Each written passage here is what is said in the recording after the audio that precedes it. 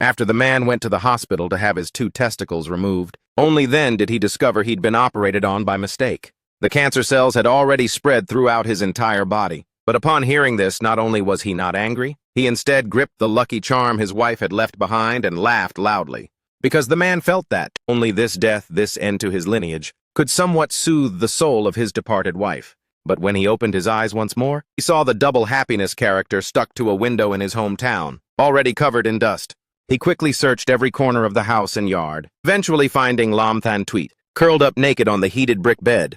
At this moment, her wide, round eyes revealed a look of death. Her formerly flawless fair skin was now covered in bruises, and as he looked at the woman he'd been obsessed with for half his life, he instantly became overwhelmed with emotion, rushing forward to pull her into his embrace. There were too many regrets and longings he wanted to express, but in this moment, they were all stuck in his throat, as he broke down in bitter tears. In his past life, he schemed to make Lam Than Tweet fall into the reservoir, letting everyone in the village see her clothes in disarray, and he saved her. For the sake of her reputation, she was forced to marry him, but from the moment she stepped through the door, Lam Than Tweet never enjoyed a single good day. Under his endless abuse, she took their child and jumped into the reservoir to commit suicide. Only when he fished the bodies of the mother and child from the river did he suddenly wake up to reality. Afterward, although he rode the winds of the era to earn a fortune that 10 lifetimes couldn't spend, the woman who used her life to teach him to mature was gone forever. Just as he was drowning in the joy of rebirth, a piercing, sorrowful cry suddenly rang out. "Get away, don't touch me." Looking at Lam Than Tweet's entire body trembling, he finally remembered that at this moment Lam Than Tweet had borrowed money from her mother's family to buy rice flour for their child, but he had stolen it to buy alcohol drinking until he was drunk, then returning home to brutally abuse her in bed. Thinking of this, he raised his hand and slapped his own face a dozen times, and very quickly blood flowed from the corner of his mouth. Lam Than Tweet watched his actions quietly, unable to help but offer a mocking smile. She couldn't even remember how many times this had happened. After all, every time he sobered up, he would kneel and beg for forgiveness. But before 2 days passed, his fists would rain down on Lam Than Tweet again. She could shamefully endure his torture in bed, but she couldn't stand their little child starving with nothing to eat.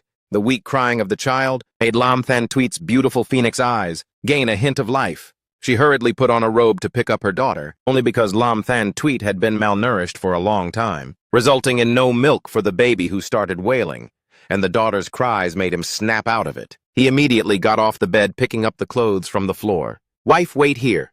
I'm going to find some food for our daughter right now."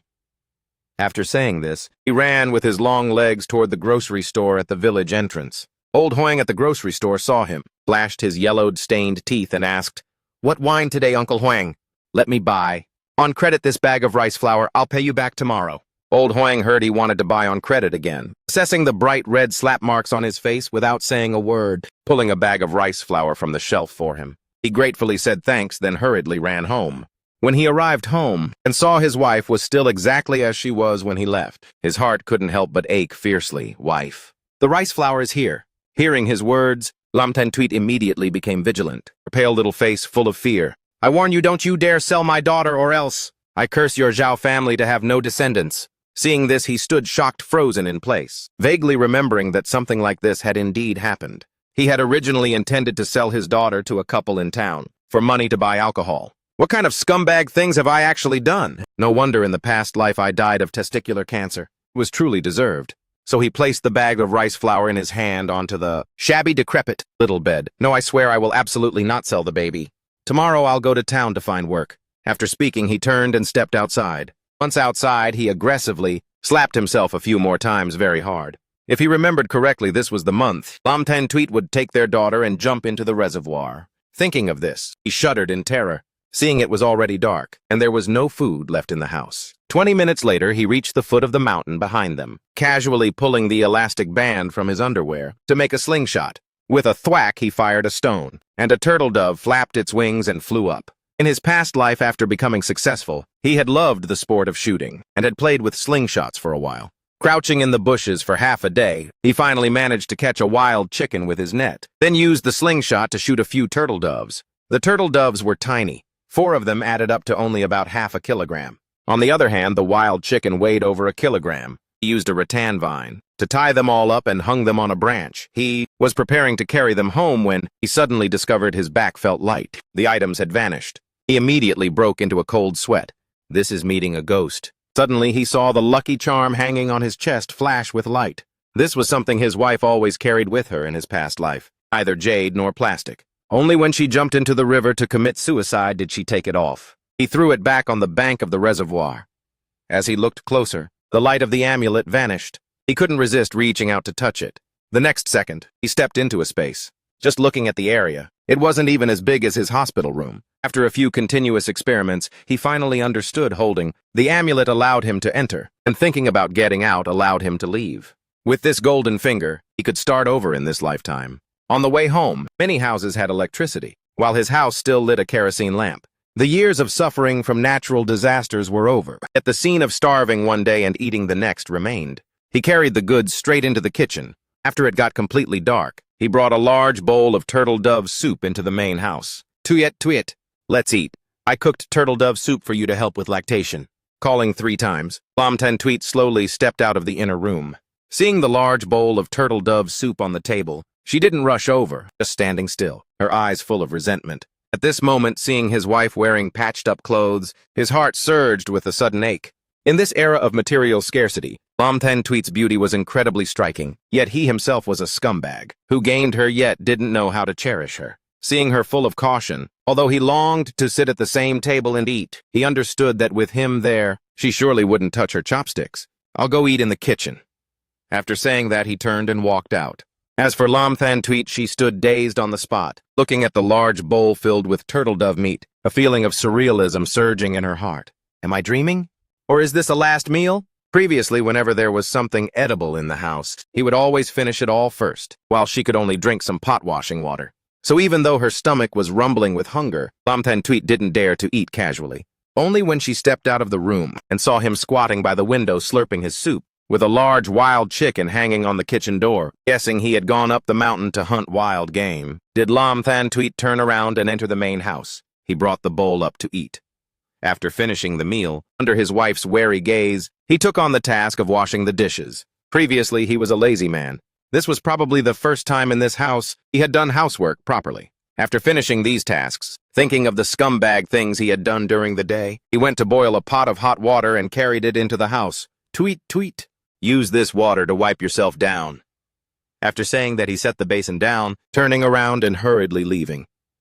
Sitting at the door for a long while, the house finally heard the sound of splashing water. As for him, he looked up at the starry sky, calculating how to find a way to earn money tomorrow, to improve the family's situation as soon as possible. It was autumn now. It has entered autumn now. In winter, temperatures hit -20 degrees, turning water into ice. Wife and child both need new cotton-padded clothes. Otherwise, they might not survive this winter. Hearing the water stop, he finally stood up and went inside. Seeing him appear suddenly, Lam Ten Tweet was so startled, she kept flinching backward. Don't come over here. Seeing this scene, he cursed himself silently for being such a brute before, fully understanding the knots in her heart wouldn't be untied in a split second. Thus, he reminded her in a gentle tone, Wife, I'm just coming in to take the water out. After saying that, he picked up the basin on the ground and headed out. Lam Ten Tweet didn't even pay him any mind. Seeing him leave, she quickly put on her clothes properly. In the yard, he used the hot water she had just washed with to rinse off. After all, to catch those turtle doves, he had been lying flat in the bushes for a long time. After washing, he sat on the doorstep, recalling experiences from his past life. There was a time when some people from elsewhere wanted to go into the mountains to forage. They were afraid of getting lost, so they found him idle and with nothing to do to lead the way. At that time, he thought these city folks were just eating their fill and bored, watching their various techniques. He also learned how to forage for those wild dendrobium plants, how he could completely go dig them up to sell. Thinking of this, he instantly snapped to alertness, prepared a few rather unprofessional tools, and called into the house. Tweet locked the door securely. I'm heading out for a trip. He stayed out all night, only returning home at 4 a.m. Speaking of luck, as he came down the mountain, he stumbled upon a civet cat nest. He caught a few kittens that hadn't even opened their eyes, processed them quickly and neatly back home, kept one in the kitchen, then shouldered 2 baskets to town. The town holds a market on odd-numbered days. He found a crowded spot, took the meat and the civet cats out of the basket. Hey, young man, that wild game looks good. He originally thought if he couldn't sell them, he'd bring them home to stew a pot, sharing some with his older brothers and third sisters' families. Unexpectedly, as soon as he set up his wares, people started asking for the price of the civet meat. The old man and woman saw he was a strong, healthy young man, with skin tanned dark by the sun, clearly a mountain dweller. Plus the prices were reasonable. In this era, even buying meat required ration coupons, so people could only buy this kind of wild game. Buy it back for my grandson to change up his diet. The old woman pulled the old man's shirt, signaling to take it all. And that civet cat buy it to make gloves for the grandson at home. Just like that, in less than 2 hours, everything was sold out. After that, he took the precious item he'd found yesterday to a long-standing pharmacy in town. As he took the item out, the old man put on his thick-rimmed glasses, staring without blinking, carefully taking the item, admiring it for a long while, then offering a price. "Young brother, how about this price?" He looked at the price offered. Was this guy trying to cheat him because he looked like a mountain bumpkin? No. So he reached out to take his goods back, seeing that the old man held him back, then stroked his goatee, comforting him. "Young brother, don't be hasty. If the price isn't satisfying, we can negotiate further. Six large bills, no higher." This big item, even though accidentally snapped by him, its value was far beyond this price. But who told him he was in urgent need of money? His wife and child were still at home, starving. Thinking for a moment, he decided to sell, then went to buy meat and flour, stopping by 2 cooperatives, before managing to buy rare milk powder for this era. As he prepared to return, thinking of the patched-up, ragged clothes his wife wore yesterday, he stepped into the only state-run department store in town. On the way back, he took a detour to find a hunter, over 70 years old, giving the man a pile of food in exchange for the precious hunting rifle of the old hunter. In this era, eating meat requires coupons. To achieve meat freedom, one must still do it themselves. As he was about to reach home, he spotted Lam Then Tweet carrying their child, working in the fields. His older brother, Trio Chan Hung, saw him approaching and flew into a rage. "Where have you been dicking around? Leaving your wife to work in the field like this?" Looking at his older brother. "Brother, I went to town to work and incidentally bought some meat and flour. Tonight, bring your sister-in-law and the niece over for dinner." Hearing this, his older brother looked suspiciously from top to bottom at him, looking at the mud spots on his pant legs, then looking at the heavy basket. "Your sister-in-law steamed a pot of cornflour buns at noon. I'll have your wife bring some home later. We won't come over to eat. Treat her better from now on." So he didn't say anything more. Nodded, then carried his goods home. To coax a wife, one must coax her stomach first. Just like that, he started getting busy in the kitchen. Wait until dusk. Lam Then Tweet tucked a few cornflour buns away and headed home. Just as she entered the courtyard, she smelled the fragrant meat from the kitchen. She hurriedly went to the kitchen door, seeing him busy before the simple stove. As for Lam Then Tweet, having been busy all day, she was starving. After stowing away the cornflour buns, she went into the bedroom, laying their sleeping child on the small bed. Only as she turned her head did she see a tin of milk powder on the table. Lam Then Tweet's blood boiled to her brain, rushing into the kitchen and slapping him. "Did you run off to pressure my mother for money again? Why are you so despicable?" Being suddenly confronted by his wife about this, he slowly remembered that the scumbag was himself. He had indeed used a knife to threaten his mother-in-law for money. He hurriedly denied it. "I didn't ask for money. This is all earned today," saying that he hurriedly reached into his crotch area. Seeing this, Lam Then Tweet grew even angrier. "When is it yet you still think of such things?" Immediately after, she stepped forward and slapped him again. Receiving 2 slaps in a row left him amused and miserable. Seeing Lam Then Tweet didn't intend to stop, he hurriedly pulled out 5 large bills hidden in his crotch. "Wife, this is the money I earned today. Take it." Lam Then Tweet saw the large bills being shoved hard into her hand. She felt the world spinning. Seeing his wife about to fall, he reached out to support her, but was pushed away by Lam Then Tweet. She couldn't believe it, that a bum like him could earn so much in just one day. What shady business has he been doing outside? What to do now? Life is truly impossible. He saw Lam Then Tweet completely didn't believe him, nearly kneeling before her. "Last night I went to the mountain and foraged wild dendrobium, then stumbled upon a civet cat nest. These changed for 6 large bills. I spent 1 bill on food. Now only this much is left." Hearing the mention of dendrobium, Lam Then Tweet's eyes regained some life. "North has ginseng. South has dendrobium. That thing has high medicinal value, can be sold for money, but grows deep in the mountains, very hard to find, let alone in the pitch black."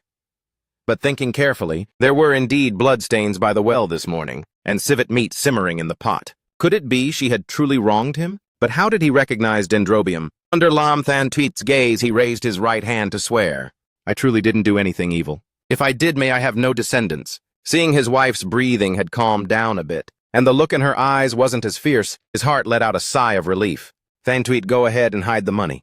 I'm going to take some meat over to brother's house, so they can taste something fresh too." Although money hidden in the space is safer, giving money to the wife is handing over the reins of the household. Afterward, he brought a plate of stir-fried civet meat and fish head tofu soup that had finished stewing, placing them on the main room table. I went back to the kitchen, ladled a bowl full of meat, and headed toward the older brother's house. On the way, also paying off the rice flour debt to old Hoang, along with the old alcohol debt. As for Lam, Thangtuit she stared fixedly at the large bills in her hand, hurrying back to the room.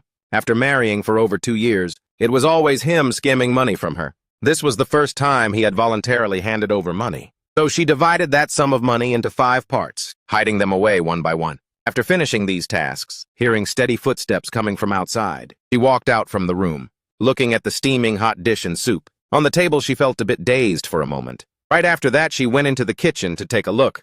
The flour barrel was more than half full. The lard jar was full too, and a strip of pork belly weighing over 10 caddies was hanging in the kitchen. Has he really changed? At this moment, Lin Qingshui wasn't entirely sure. After all, a leopard can't change its spots. Seeing Lin Qingshui sit down, he immediately placed a wild chicken drumstick into her bowl. Tomorrow morning, I'll head up the mountain early. While winter hasn't arrived yet, I'll quickly harvest all the places where dendrobium can be dug up. After all, right now, this is the fastest way to make money. Once the whole country opens up, we'll take the money to invest in something else. Hearing him say that, Lin Qingshui was stunned for a moment, then nodded, without saying anything. Last night, even if he just got lucky like a blind cat running into a dead mouse and stumbled upon a patch of dendrobium, how could anyone be that lucky every single time? Lin Qingshui originally wanted to remind him that if he truly wanted to make money, he should find a job. Even if it only pays a few dimes a day, it's still better than having no income at all. But just thinking about his personality, as long as he doesn't go out to gamble and drink excessively, he would just let him do as he pleased. She held her chopsticks, wanting to return the wild chicken drumstick in her bowl. Seeing her like that, he hurriedly used the child as an excuse to stop her. Wife, you're too skinny. Eat a bit more, otherwise our baby won't have milk to nurse. No matter how good powdered milk is, it's not as good as breast milk. Moreover, powdered milk is both expensive and hard to buy. This is called crucian carp soup with tofu. Drinking it helps boost milk production. This sentence made Lin Qingshui glare at him. Her hand gripped the chopsticks so hard that her knuckles turned white, but she didn't reject it anymore. Today he had worked hard for a whole day and night, feeling both sleepy and tired. The household's livelihood problem was finally solved. After filling his stomach, he straight up said, "Wife, I'm going to sleep first." After saying that, he stood up, stooped, and walked into the inner room. The moment his head hit the pillow, he fell fast asleep. Waiting until Lin Qingshui finished washing the dishes and returned to the room, she saw his clothes taken off and tossed on the floor. Frowning, she picked them up and washed the clothes under the moonlight. Once finished, she dragged her exhausted body back to the bedroom, accidentally kicking a basket. Lin Qingshui picked it up to look. It turned out to be a brand new set of women's clothes and 3 small outfits for a newborn. So she stared intently at him as he slept deeply for a long time. She was a bit unable to understand this man anymore. He slept deeply, completely oblivious to everything. In the middle of the night, the daughter woke up. Twice yet, it didn't wake him up either. Not until early morning did he groggily open his eyes, turning around only to see Lin Qingshui curling her body up her back facing him. Right now, she was only wearing an old undershirt, making him gulp as he looked. After all, in his past life, after Lin Qingshui passed away, he had never looked for another woman. So he reached his hand out to pull her into his arms. All of this felt like a dream, so surreal. Just as he was about to lower his head for a kiss, the wife in his arms suddenly stiffened, clearly very resistant to his touch. So he suppressed the bitterness in his heart, flipped over and stepped off the bed. During this period, he would just have to bear it a little. Taking the clean clothes down from the clothesline, he didn't mind the chill, quickly putting them on, then tiptoed to take the things out of the basket, placing them on the table. At this time, Lin Qingshui sat up on the bed, coldly saying to him, "If you truly want to mend your ways, find something to do. As long as you're willing to put in the effort, you can make over 10 yuan a month, and our family life can still get by." Hearing his wife proactively initiate conversation with him, he rejoiced in his heart, knowing that Lin Qingshui was looking out for him. But God had given him the chance to live another life. He had to take advantage of the time before the full economic opening to accumulate enough startup capital. In his past life, after the mother and daughter passed away, he was like a stray dog whose owner had died, wandering outside for a period of time. Later, he met a benefactor, only then getting the chance to work as a server at a state-owned store. Because he was smooth-tongued and good with words, he was gradually promoted to manager, and thanks to that got the chance to network with big shots. In this life, he had to rely on his own hands to quickly secure his first pot of gold. Therefore, hunting and harvesting dendrobium was currently the fastest way to make money. But more importantly, he now possessed the memories of his past life. knowing exactly where Dendrobium could be found. How could he pass up such a golden opportunity? It was just that right now he didn't know how to explain to his wife why he insisted on heading up the mountain to harvest Dendrobium. Lin Tingshu, seeing that he remained silent, knew his stubborn streak had flared up again. Decisively pulling up the blanket, she lay back down. "There are still cornbread buns left for you in the pot in the kitchen." Hearing her words, he raised his eyebrows, his face brimming with unhideable joy. He immediately stepped to the bedside, planting a kiss on Lin Qingshui's cheek. "Wife, yesterday I already spoke with Big Brother. Today you don't need to go over to help them. Since the pork in the kitchen is available, take half of it over to mother-in-law, okay?" As for Lin Qingshui, seeing him approach, she thought she had angered him, and he was about to hit her again. But she didn't expect to be sneak-attacked by a kiss. She didn't even hear clearly what he said, nor did she see it. Before leaving, he even kissed their daughter. By the time she snapped out of it, he had already vanished without a trace. Inside the dim room, only she and her daughter sleeping on the small bed remained. Even though it was still early, she tossed and turned, yet simply couldn't fall back asleep. Just like that, she lay on the bed until the sun hit her backside. Then she heard someone pounding on the door outside. "Sister-in-law. Tu, why are you here so early? Is something the matter?" Liu Guihua rolled her eyes, glancing into the kitchen, a radiant smile clearly visible on her face. "Fourth brother's wife, I heard from eldest sister-in-law that your house ate meat last night. Did fourth brother strike it rich from gambling?" After saying that, she didn't even wait for an answer, her feet walking straight to the kitchen door as if they had eyes. Oh my God, could fourth brother have gone stealing or robbing? How much money did such a huge chunk of meat cost?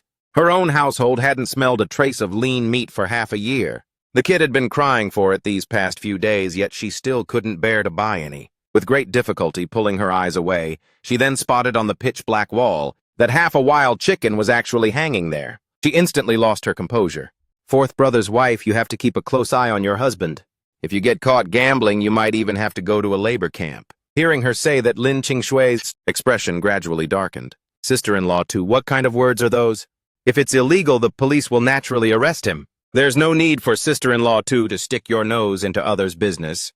Liu Guihua was about to say something more, but her eyes rolled as she thought of something, swallowing the words that had reached her lips back down. "Don't be mad at sister-in-law too. I'm just worried about our fourth brother. My husband and him are blood brothers after all. My Xiaobao has been crying for meat so much he's drooling. Can you lend me 5 caddies of meat first? Later I'll have your second brother bring the money over to you." After living together for over 2 years, Lin Qingshui's mind was as clear as a mirror. She had long figured out what kind of person this sister-in-law too was. Things that went into her household were like meat buns thrown at a dog. Opening her mouth, she asked for 5 caddies of meat. Not to mention she didn't dare make the call to lend it. Even if she had the decision-making power in the house, it was absolutely impossible. "I can't make the call on such a big matter myself. Sister-in-law too, wait for fourth brother to return and talk to him." After saying that, she stepped forward and bolted the kitchen door shut. Seeing her behave like this, Liu Guihua felt extremely displeased in her heart. "Fine, when fourth brother comes back, remember to tell him to help me bring the meat over to my house, okay?" Turning around to leave, the smile on Liu Guihua's face could no longer be maintained. Up on the mountain at this moment, in the blink of an eye, it was almost noon. Relying on a bit of memory from his past life, he spent who knows how much effort before finally finding a wild dendrobium plant. Having the experience of fumbling around from yesterday, by the time more than half of the dendrobium's roots were exposed, it was already time. This plant was way bigger than yesterday's. Not until twilight fell did he very carefully manage to dig that entire large root out. Right when he was preparing to head down the mountain to go home, he turned around and encountered a sika deer, which seemed to have come to nibble on the dendrobium.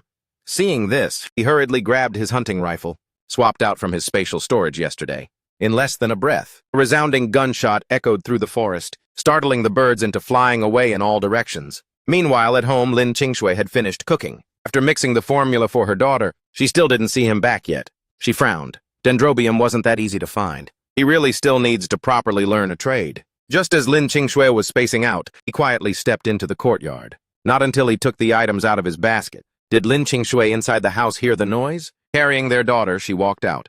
"Wash your hands and eat." After saying that, she carried their daughter back inside. He noticed his wife glancing into the basket, but she didn't say anything either. When he entered the house and saw the piping hot meal laid out on the table, his nose tingled with emotion. He wished he could go back to his past life and slap himself to death. With such a beautiful and virtuous wife, how could he not have known to cherish her? Walking up to the table, he sat down and began devouring the food. "Wife, I'll head over to the village chief's house in a bit. We'll get the power lines hooked up to our house in the next few days. Hearing this, Lin Qingshui's hand patting the baby froze. She couldn't help but speak up. Hooking up electricity means we'll have to pay an electricity bill every single month from now on. After saying that, she secretly stole a glance at him, fearing she might anger him into flipping the table. He sharply noticed Lin Qingshui's expression, immediately setting down his chopsticks and walking out to bring the basket inside. Wife, this is what I dug up today. I'll bring it to the pharmacy in the city to sell some other day. It should fetch a pretty good price. 637. As for Lin Qingshui, she stared intently at that pile of dendrobium. She stared intently at the spot with the stone box. She raised her eyes to look at him, asking in an incredulous tone, "Did you really dig this up?" Seeing this, he continued to explain, "I swear I didn't steal or rob. This is truly the fruit of my labor digging on the mountain all day today." Lin Qingshui saw his casual expression, only now half-believingly nodding. Sister-in-law too came over during the day.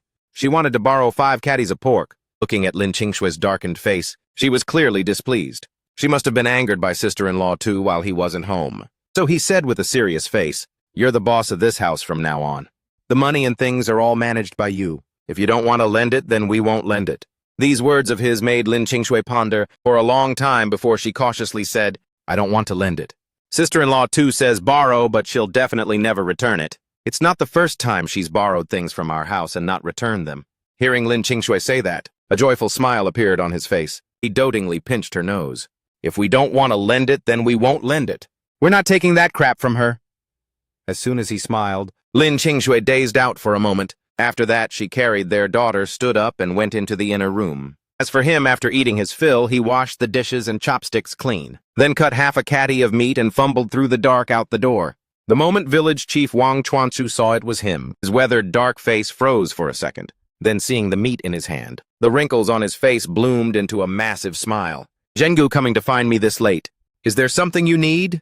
he asked while accepting the piece of meat from his hand. "I want to install a light bulb in my house. If you have time, please help arrange it. Sure, I'll get this sorted out for you tomorrow." Hearing him say that, he didn't sit for long, standing up, saying his thanks and turning around to leave.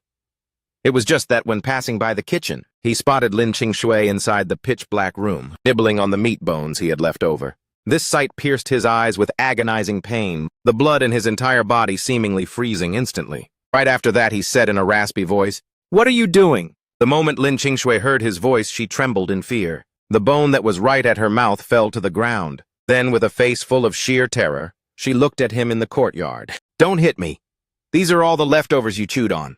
I just thought it would be a waste to throw them away." At this moment, he felt as if hit by a bolt of lightning, never having felt like such a failure. With a thud, he directly knelt down in front of her. As for Lin Qingshui, she shrieked in terror, "What are you trying to do?" "Lin Qingshui?" She blinked slightly at the man kneeling in front of her, until she felt her chest becoming wet and smudged. He was actually crying. Her long-closed heart seemingly wavered just a bit. As for him, seeing his wife eating his leftovers and being terrified to this extent, it felt like a knife savagely stabbing straight into his heart. So he stood up from the ground, cupping his wife's fair cheeks, lowering his head to kiss away the tear at the corner of her eye. "Wife, go wait in the main room. I'll bring the food in as soon as it's done. You are my greatest benefactor." Lin Qingshui didn't understand this sentence. Embarrassed, as if she had seen a ghost, she bolted right out of the kitchen. Inside the kitchen, he busied himself for a moment, and a fragrant plate of stir-fried meat was ready. The cornbread buns that he found choking to his throat, his wife instead treated like a treasure, not even bearing to eat a single bite. It was just that the moment he stepped into the inner room, a snowy white bare back caught his eye. In an instant, hot blood rushed down to his gut. He took a few steps forward, hugging her tightly from behind. "Wife, don't ever leave me again." Amidst the passion for the first time, Lin Qingshui felt that doing this was actually such a comfortable and joyful thing. This was the first time since their wedding day that the two slept together, clinging to each other like glue. Thinking of last night's scene, Lin Qingshui felt her cheeks burning hot. Turning her face to look at the child on the small bed, Lin Qingshui was so scared her face turned pale. Last night it seemed she hadn't heard her daughter cry all night. Seeing his wife's face suddenly change, her eyes staring intently toward their daughter, he hurriedly got off the bed. He took a few steps to his daughter's small bed, seeing that she was already awake, her eyes wide open and smiling. Looking at his daughter at this moment, his heart completely melted as he carefully scooped her into his arms. Returning to the edge of the bed, seeing that the daughter was fine and even grinning widely, the massive rock in Lin Qingshui's heart was finally lifted. Her tense nerves also relaxed. Right after that, her eyes turned red, almost crying, blaming herself for why she slept so deeply last night. The child was still so small. If something happened, how could she go on living? Wife just stay in bed with. Nunu for a bit longer, I'll go make breakfast for you. Saying that, he picked up his underwear tossed on the floor and put it right back on. As for Lin Qingshui, she checked the diaper under her daughter's bottom. Although it wasn't wrapped, very neatly it had been changed completely clean. No wonder I didn't hear my daughter crying last night. It turns out this bastard actually learned how to take care of her. This is the first time since giving birth that he took the initiative to care for the baby. So has he really changed? Can I trust him one more time? On the other hand, he was skillfully busying himself in the kitchen, and by the time his wife brought the baby out, breakfast was already prepared. Tofu, green vegetables, and cornmeal porridge, plus 5-grain mantu buns. Bare-chested, he took the baby from Lin Qingshui's arms. Wife, go brush your teeth and wash your face first. Lin Qingshui felt a bit uneasy, but seeing him clumsily holding such a tiny baby like that, she let out a soft laugh. This is your own daughter. She's not a tiger, how could she bite you? While they were eating, village chief Wang Chuanchu arrived with the electrician. The moment he entered the courtyard, he saw Lin Qingshui sitting at the outdoor table eating. He was bare-chested, carrying the baby as he paced around the yard. The chief noticed a neat ring of bite marks on the inside of his arm, his face turning, full of hidden meaning. Zhengu haven't finished eating yet. He didn't expect Wang Chuanzu to bring someone over so early, even bringing along the village elder and the electrician, standing outside the courtyard gate chatting. Waiting until Lin Qingshui finished eating and went back to the room. Only then did he hand the baby over to his wife. Then from his baggy pants pocket, he fumbled out a pack of Dakienman cigarettes. The chief looked at the Dakienman cigarette in his hand, his yellow teeth flashing as he smiled. You brat, you've made it. A pack of these costs 4 dimes. The electrician beside him smiled even more honestly. He tucked the cigarette behind his ear, carrying the ladder around to the back of the house. This trip was definitely worth it. A 4-dime pack of cigarettes was something he usually couldn't bear to smoke himself. This family is really generous. Waiting until the electricity was hooked up, he returned to the room. The moment he stepped in, a shirt flew straight at his face. Before he could understand what was happening, he heard Lin Qingshui say, "Hurry and put your shirt on. Walking around bare-chested like that, where are your manners?" At this time, there were a few more scratch marks on his back, which were left by Lin Qingshui last night. The village chief and the electrician had both seen them, but they just didn't say it out loud. However, he knew nothing about it, walking around bare-chested. This made Lin Qingshui so embarrassed. She wished she could find a hole to crawl into. With outsiders present, it wasn't convenient for her to remind him. Not until he went up the mountain did Lin Qingshui hold her burning hot cheeks, recovering for a good while. Only then did she continue taking down the bedsheets to wash. She moved her daughter's small bed into the yard, placing the baby on it. Filling the basin with water, she prepared to wash the bedding. At this moment, Mother Lin came over carrying a basket,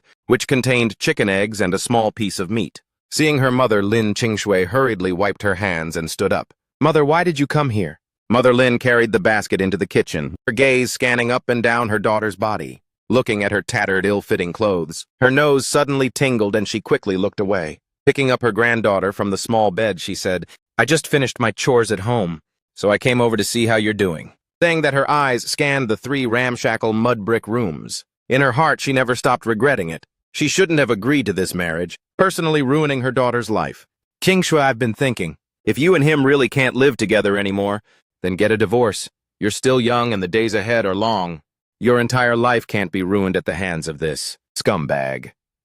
Hearing her biological mother's words, Lin Qingshui was initially a bit stunned, sitting on the chair for a long time without saying a word. That day, he snatched the money she personally borrowed from her maternal family to buy rice flour for their daughter just to go buy alcohol. She truly felt utterly despondent. The feeling of being with him fundamentally offered no hope whatsoever. Even the thought of wanting to die flashed through her mind. Back then, she just wanted to hold her daughter and jump into the reservoir. But after he sobered up, first came the regret, slapping himself over 10 times, then running outside in a panic to buy rice flour for the baby. "These past few days, Mother, I see him as if he's truly become a changed man. He doesn't go out to idle around anymore, and he's even quit gambling." Mother Lin looked at her daughter, who kept her head down in silence, thinking she was worried about the child. So she spoke up, "If you want to bring the child along, I can help you raise her in the future." Speaking up to here, she hesitated for a moment. "It's just that in the future, if you're still raising a child at home, it will be hard to remarry. These days, divorced people are fewer than few. No matter how bitter or hard life is, a woman just has to grit her teeth and live on." Hearing her own mother even regarding the matter of remarriage after divorce, had already planned out everything perfectly for her. Lin Qingshui took the baby from her mother's arms. "Mother, right now I don't want a divorce.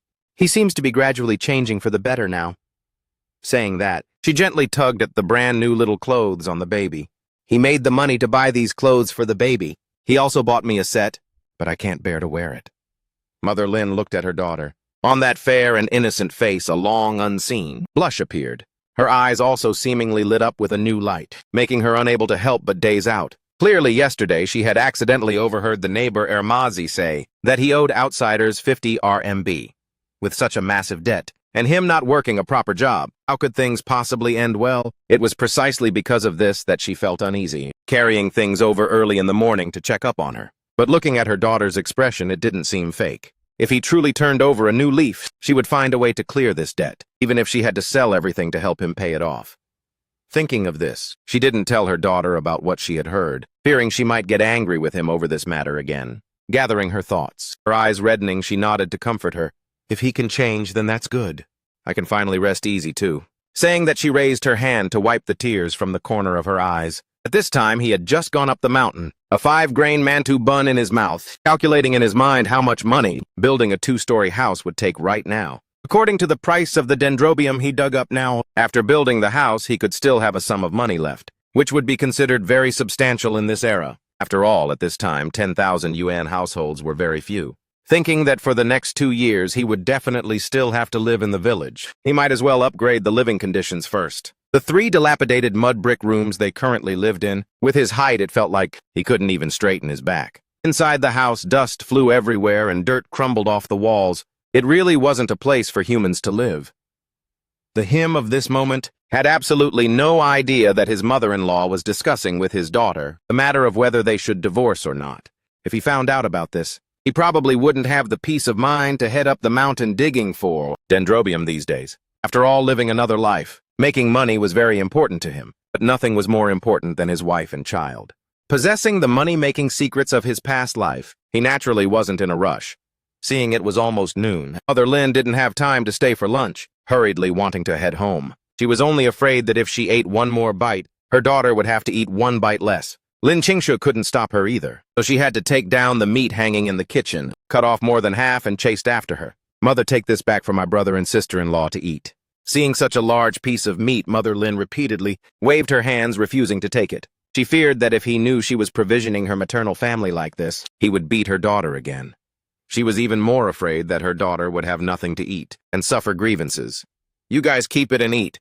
The house isn't lacking this piece. Look how skinny you've gotten. You need to nourish yourself more. Otherwise, where will the milk come from to nurse the baby?" Mother Lin ultimately still didn't take that piece of meat, carrying her basket as she walked away step by step. Lin Qingshui stood at the door, watching her mother walk further and further away, until she was completely out of sight before carrying the meat back into the kitchen. Zhang Guilan from next door was about the same age as Lin Qingshui, but had married 2 years earlier. She had tanned skin, munching on a raw radish while leaning over the wall. "Little sister, you don't leave the house all day. But things are crazy outside right now. Your sister-in-law too got handled by your second brother last night."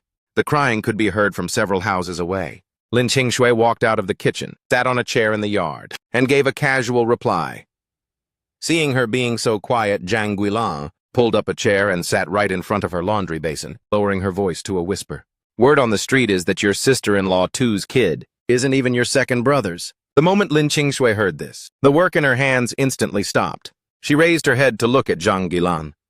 "They're saying it looks like your eldest brother's." Zhang Guilan saw the bewilderment in her eyes, stuffed the remaining radish into her pocket, and whispered the gossip into her ear with a face full of excitement. Lin Qingshui was completely stunned after hearing it. She really couldn't believe such a thing happened. Previously, she respected this eldest brother quite a bit, feeling he was honest, dependable, and fair in handling things, acting very much like a big brother.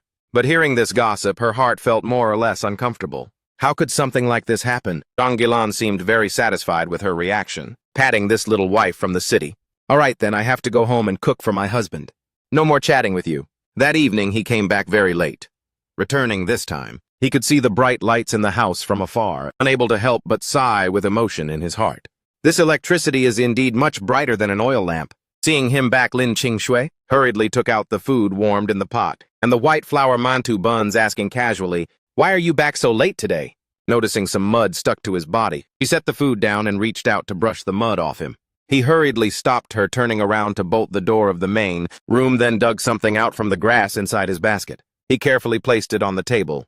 Aside from digging up dendrobium, he had also accidentally harvested something else on the way back. He didn't tell his wife that because his foot slipped and he fell down, he managed to stumble upon this thing, taking quite a bit of effort to climb back up.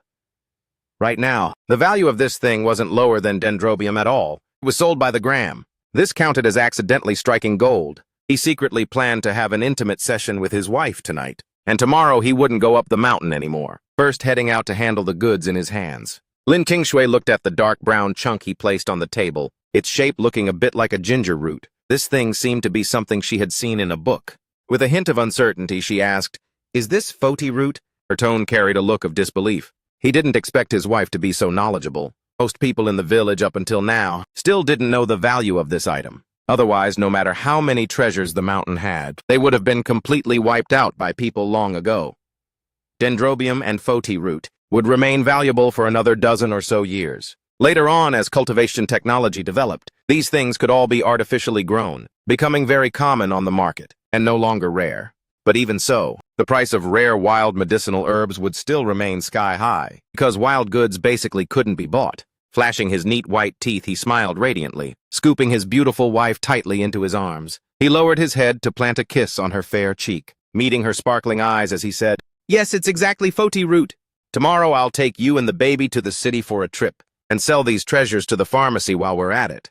Hearing that he wanted to take the baby out, Lin Qingshui's body suddenly froze, recalling how he had previously said he wanted to sell their daughter to a childless family in the city. Deep down, he was still terrified to this day. Who knew if they truly couldn't have children, or if they were buying her to be a child bride? She broke free from his arms, refusing with caution and alertness. "Our daughter is still small. Hurry and wash your hands to eat." He sharply noticed something was off with his wife. He originally intended to take her out for a stroll, buying her a few sets of winter clothes while they were at it. But seeing her being this guarded, she was clearly afraid he had bad intentions toward their daughter again. With the bastardy things he had done, how could she easily let go of her grudges? Her trust had long been entirely depleted. He could only take it slow. He took off his mud-stained shirt, opened the door, and went outside to wash his face quickly. Returning to the room and sitting down, only now did he notice the food on the table, a plate of golden fried eggs, and a small plate of stir-fried meat left over from morning. Did she not eat any dishes for lunch? If she kept scrimping and saving like this, when would he ever get her to plump up? It seemed he had to quickly make some more money to put her mind at ease. "Wife, where did these eggs come from?" Lin Qingshui lowered her head, ladling a bowl of porridge for him. "Not long after you left the house. My mother dropped by. She brought them over." Regarding her mother mentioning divorce, she didn't bring up a single word. Hearing that his mother-in-law brought them, he thought back to how he used to ask her for money to buy alcohol. Feeling so ashamed, he didn't even have the face to look at her. She didn't even ask why her mother dropped by. Waiting until tomorrow to sell off the goods in his hands, the first thing he'd do is pay back the money taken from his mother-in-law. He reached out to pull his wife over to make her sit down.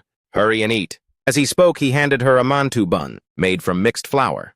His wife still couldn't bear to steam the white flour mantou buns, only steaming the kind mixed with half-white flour. He picked up a cornmeal mantou bun himself and began devouring it. Lin Qingshui took a small bite of the mixed flour mantou, raising her head to secretly observe the man in front of her. If only he could stay like this forever, that would be so great. It was just that she didn't know how long this enthusiasm of his could last. While the two were eating, a voice calling from outside echoed, "Fourth brother, the boys are waiting for you to drink and play cards." Hearing this voice, Lin Qingshui's face instantly turned pale. Her eyes stared intently at him, terrified he would be like before, following them out to drink and gamble. Hearing this voice, he was stunned for a moment, before remembering who it was. Setting down his chopsticks the moment he raised his head, he saw his wife's pale little face. He hurriedly stood up to wrap his arms around her. "Wife, what's wrong? Are you feeling unwell somewhere?" His tone was filled with anxiety and tension. Pulled into his embrace, Lin Qingshui's slender, fair fingers clutched the undershirt at his chest. Her lips trembled slightly. "Are you going to drink and play cards with them again?" The moment he heard this, he finally understood why his wife reacted this way. It turned out she was afraid his old habits would relapse. He rested his chin on her soft hair, his arms instinctively tightening to hold her a bit closer. The body in his arms was truly so frail. Ever since she married him, she hadn't had a single happy day, where even a full meal had become a luxury. Yet even so, she still held on to hope for him, wanting to live a peaceful life with him. He took a deep breath, trying hard to suppress the stinging in his eyes, using a deep, raspy voice to comfort her. "Don't worry, I'm not going. I'll chase them away right now. I won't fool around with them anymore either." Sitting sideways in his embrace, Lin Qingshui, after hearing these words of his, raised her face to look at him intently with a probing, questioning gaze. "Are you really not going?" He lowered his eyes, meeting his wife's insecure and probing gaze. He really wanted to rip his heart out to show her, to tell her that he had truly turned over a new leaf. Unable to help himself, he kissed the tip of her high, straight nose. Exhaling a clean, warm breath, he promised, "Really not going. Rest assured I'll tell them to screw off right now." Then he gently placed his wife back onto the chair from his embrace. "All right, you keep eating. I'll be right back." He stood up straight, only to find that his tank top at his chest was still being tightly clutched by his wife. If he didn't know those three guys outside were up to no good, he'd really want to bring her outside with him, so she could watch him reject them, giving her a peace of mind. He lowered his head to kiss the top of her head once more, treating it as coaxing, his large, rough, warm hand, gently patting her slender back. Only now did she slowly let go of her hand. He straightened up, taking powerful long strides outside. Reaching the courtyard gate, he opened the wooden door. The guys at the door saw him walk out, and that punk named Liu Zi said crudely with a smirk, "Fourth brother, you're not being fair here. It hasn't been long since sister-in-law finished postpartum recovery, and you already can't get out of bed. It's been days since you came to drink with the boys." Hearing those bastardly words, his sharp eyebrows flared with fierceness, belling out in a low voice, "Damn it, watch your mouth from now on. If you don't know how to talk, shut your filthy mouth for me." The other two had originally been laughing along, but seeing his expression wasn't right, their smiles instantly vanished. They hurriedly tried to smooth things over. "Fourth brother, this guy just has a loose tongue. Don't mind him. Come on, let's go drink with the boys." Saying that, one reached out intending to put an arm around his shoulder. He raised his hand and slapped away the incoming arm, his eyes sweeping over the other two. "If it's about drinking and gambling, don't ever come looking for me again. I quit." Seeing this stance of his, the three of them looked at each other in blank dismay as if they'd seen a ghost. Even that guy, the punk named Liu Zi, still had a vulgar smirk on his face, not fearing death as he continued to tease, "Fourth brother, are you being wrapped up by that little sister-in-law so much you can't get out of bed? Anyway, she's finished her postpartum. Rest, how about letting the boys have a try too?" Before he could even finish his sentence, the MC launched a kick straight at his chest, sending him flying flat on his back, sprawled out on the ground. Taking a stride forward, he planted a foot right between the guy's legs. Crouching down, a vicious glint flashed in his dark eyes as he glared at the bastard on the ground. "Next time you dare spew shit from your mouth, I will sew both your upper and lower mouths shut and snap your third leg right off." Saying that, his foot applied more pressure, grinding down.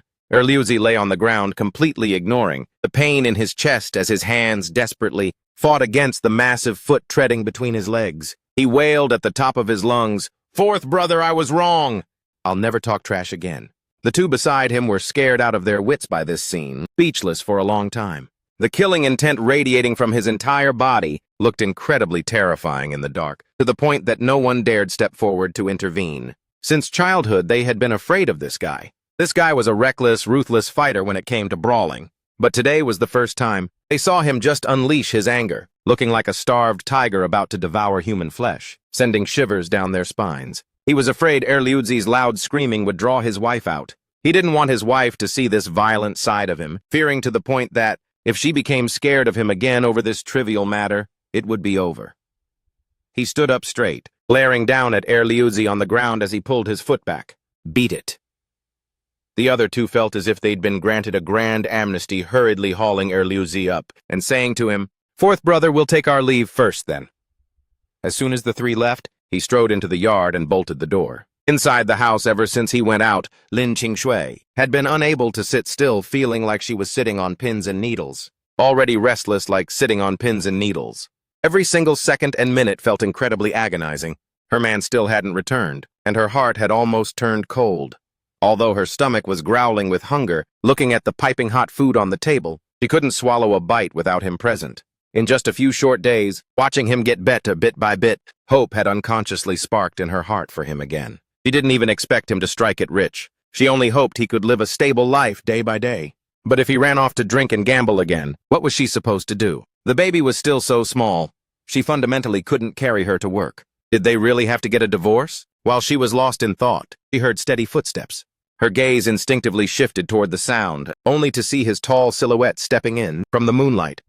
At this exact moment, Lin Qingshui's eyes, which were originally as stagnant as dead water, suddenly lit up. He actually didn't go hang out and idle around with that crowd of bastards. While she was still dazed, he had already walked up behind her, bending down to wrap his arms around her into his broad chest. He lowered his head to plant a kiss on his wife's fair cheek. "What's wrong? Your man only went out for a bit, and you already don't recognize him."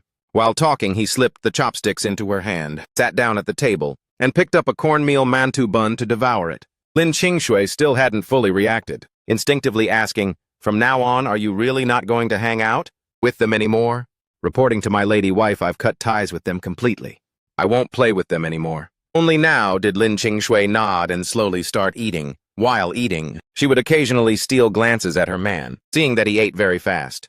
Combined with his handsome, chiseled face, it actually looked rather attractive instead. Back then, marrying him wasn't just because he had saved her life. Honestly, part of the reason was also because he looked decent. Back then, she was simply mesmerized by his looks. Plus, there was the arrangement of swapping spouses for her brother, so she married him when he was dirt poor. He saw his wife spacing out while looking at him, not knowing what her little head was pondering again. He picked up a piece of golden egg and placed it on her mantou, curling his lips into a teasing smile. "Wife, eat up quickly. You can stare your fill when we get into bed later." His shameless words snapped Lin Qingshui out of it. Looking at his rogue-like behavior, she fiercely glared at him, then blushed and lowered her head, burying herself in her food. Once he ate his fill, he wasn't in a rush to leave, hunching over on the shabby stool, his eyes glued to his wife. The more he looked, the more he liked her. Clearly, in this era of material scarcity, the food wasn't great and there weren't any cosmetics, yet this skin was still so smooth and sleek, even more beautiful than those celebrities who get injections. He then grabbed her slender wrist, pulling her in front of him. Thinking about the pile of bedsheets drying outside, he planned to sell off the goods in his hands tomorrow, finding a way to get a washing machine coupon from some scalpers. In this day and age, many people still didn't even know what a washing machine was, let alone being willing to spend money to buy one. Once they had a washing machine, his wife wouldn't have to scrub clothes by hand anymore. Lin Qingshui pulled her hand back, her face flushing completely red from his intense staring. "If you've eaten your fill, go boil some water to wash up. Your whole body is covered in mud." He stood up, kissed his wife's cheek, and went into the kitchen to boil water. After he left, Lin Qingshui set her chopsticks down, touching her burning hot cheek. This guy from last night until now just loved to hold her close and would even plant a few kisses now and then. Every time he got close, she could smell the hormones on his body, making her heart race like a wild rabbit, thumping hard. Even she herself didn't understand what this was about. After finishing the meal, he pulled Lin Qingshui along, saying he was taking her out for a stroll to digest the food. On the way back, he didn't head home, leading Lin Qingshui to turn in another direction. It was a shabby mud house right next to the cowshed. Outside, a simple earth-baked stove was built. The woman inside the house clutched her chest, coughing violently. She scooped out a small handful of cornmeal, crumbs, mixed them with water, and put them into a chipped earthenware pot. Just by taking those few steps, her face had already turned pale, large beads of sweat rolling down from her forehead. Right during her distress, a man with graying hair walked over from not far away. He frowned, took the water ladle, and told her to go back to the room to rest, leaving himself to do the cooking. The woman looked at him. The man handed her half a piece of flatbread he had just bartered for. "Today I luckily bartered for a piece of flatbread. I ate half and brought the remaining part back here. Hurry and eat it. You'll get over your illness faster after eating. Have you eaten then?" The man, without the slightest hesitation, added another handful of rice into the pot, squatting down to tend the fire as he said, "I've already eaten." The woman thought about her own body, pushing the piece of flatbread back. "I'm not hungry." "You eat it all. I've been lying down all day and just want to drink something. Watery." The man buried his head to tend the fire, telling her, "Just eat it when you're told to eat. How can you recover from your illness without eating anything?" The man lowered his head, the corners of his eyes stinging. They ate their fill today, but what about tomorrow? Could he just ignore her health completely? That tiny bit of rice was what he had to beg several villagers in the village to barter for. She felt bad that he worked all day without eating, and he also felt bad that she followed him back to the countryside to suffer. He gripped her hand tightly. "Don't think so much. Just focus on resting up. Tomorrow I'll go look for medicine for you. I will definitely get you cured." Lin Qingshui watched, unable to help but feel an ache in her heart. On the way back, she asked him about the situation of those two. He was slightly pensive. How should he explain it? To say he didn't know that man either. But in his past life, he had seen him on TV. That old man had dominated the business world for many years, and after passing away, he donated his entire fortune to establish a medical relief charity fund under his wife's name. The thing he regretted most in his entire life was failing to protect his beloved wife well. He watched her get tortured to death by illness with his own eyes. Based on his memory, he deduced that this very illness was probably the cause that made his wife pass away. But he estimated that Madame Ying's illness was mainly brought on by malnutrition. In that cowshed where the wind howled from all four sides, with nothing but bland snail soup every day, even the smallest ailment would drag on into a fatal disease. The MC planned to have his high school graduate wife bring them food, nourish them, and then use his money to invest in this future tycoon. At the very least, they'd get a tutor before the college entrance exams were reinstated. Early the next morning, before the sky was even fully bright, I opened my eyes quietly, got out of bed, walked over to the small crib, carefully picked up my daughter, and gently placed her down next to my wife. After meticulously tucking her in and cooking breakfast for my wife, I closed the door from the outside and set out. Today was market day, so even though it was still early, there were already quite a few people on the road. In this era, any family in the village who owned a Phoenix bicycle was considered pretty well off. Therefore, most people going out still had to rely on their own 2 feet. Relying on the memories of my past life, I instantly located that relatively large Chinese medicine shop. That square-faced middle-aged man, upon seeing the items I brought out, sized me up from head to toe. Then he picked up that piece of dendrobium, examining it meticulously. Taking one look at this dendrobium, he didn't expect it to be an ancient wild root where every single shoot was completely intact. He couldn't help but feel a bit shocked in his heart. He carefully placed the dendrobium on the counter. "May I ask how much you want to sell this for?" Hearing him ask for a price, I didn't hold back and straight up named a figure. In my heart, I knew perfectly well that the other party would definitely haggle. As expected, the manager of the medicine shop, upon hearing the price I quoted, instantly understood. Knowing this guy wasn't an easy target to scam, he glanced at his basket and invited him to the backyard. The two of them spent nearly an hour haggling back and forth in the backyard. In the end, he sold 2 dendrobium roots, 1 fotai root, and the deer antler velvet to him. The MC was quite satisfied with today's price. Stuffing 50 great Unity bills into my pocket, I left the pharmacy. Now that he had cash, he headed straight to the state-owned department store. He wanted to buy a washing machine, but the moment he asked the clerk, he was dumbfounded. He slapped his forehead. Even though washing machines existed now, they were all commercial models used for guest houses, and laundromats not yet popularized for households. The first domestic household washing machine would be produced in 1978. It wasn't even manufactured yet.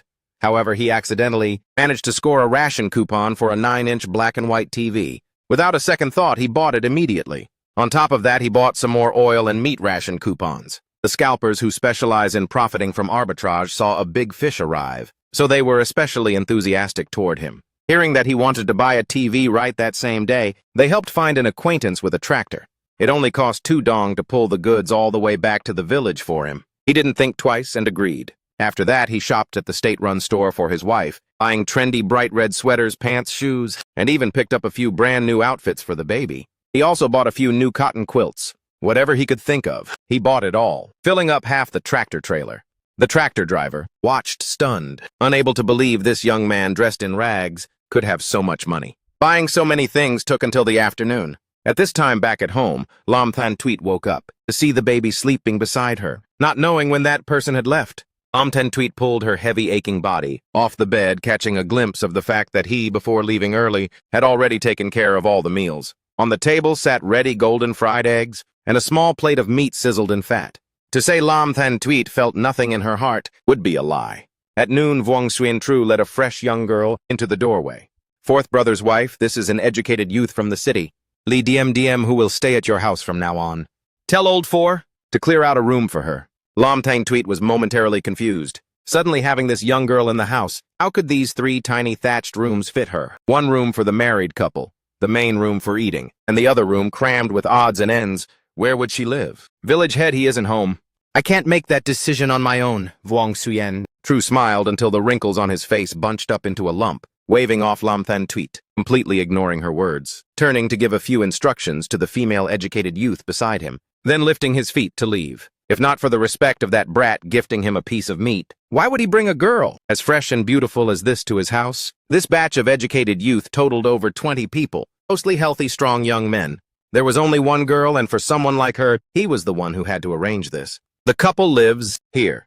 Bringing a girl is better than bringing a man. After all, for nightly routines, a girl is much more convenient than a man. There's nothing to be wary of. And he doesn't worry about his young, beautiful wife being eyed by others. Lee Diem left behind, carried her canvas bag surveying these 3 dilapidated rooms. In her heart, she felt terrified. These coming days might be even harder than the other educated youths who went to the countryside. The house where Ma Hong Mai was assigned looked quite prosperous. That was a middle-aged couple who also brought 3 kids, everyone dressed neatly and brightly. On the way, hearing them say the house she was assigned to, the man there wasn't a good sort, drank and gambled, and even beat his wife in a dirt-poor home where they could barely keep the pot boiling. Before arriving, she thought they were exaggerating, but seeing it now, what they said wasn't mixed with any lies. It's just that the female master of this house wore old clothes. That didn't fit. Yet her 5 features were exquisite, as if stepping out of a painting, not looking like a rural person at all. Lam Tan Tweet noticed that gaze, cautiously evaluating her. She looked down at herself, wearing old patched-up clothes, then looked at the person before her, wearing a trendy background dress, white socks, and small leather shoes, bright and pretty. She pretended not to notice that probing gaze, turning to say, "Just sit for now. That room is messy and full of odds and ends. I have to wait for my husband to return before I can clear a place for you." Saying this, she turned and stepped into the room, carrying a thermos out to pour the guest a bowl of water. Diem nodded awkwardly, sitting down on a stool in the yard. She secretly calculated in her heart, must think of every way to quickly get the transfer paper back to the city to work. This dump, I don't want to stay another day, especially living in a house with a hoodlum like this.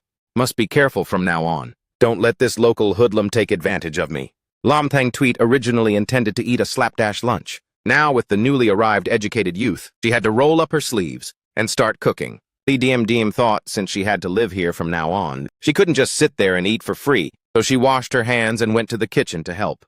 Sister-in-law let me help with the fire. She spoke and stepped into the kitchen but froze. The kitchen was dilapidated but kept clean and tidy. On the floor there was even a piece of meat this big hanging. Who said this house was dirt poor? Dirt poor, yet they still have meat to eat. And even a piece this big lamb? Thang Tweet was busy kneading flour hearing Lai Diem speak and looked up to answer. No need for your help. If you're free and have nothing to do, go out to the yard and watch the baby for me. Lai Diem heard this, nodded, and went out of the kitchen, approaching the small bed. Seeing the baby lying there as fair as a porcelain doll, looking very cute, she leaned down to tease the baby. This mistress is about my age, yet looks so fair and pretty. Why get married so young?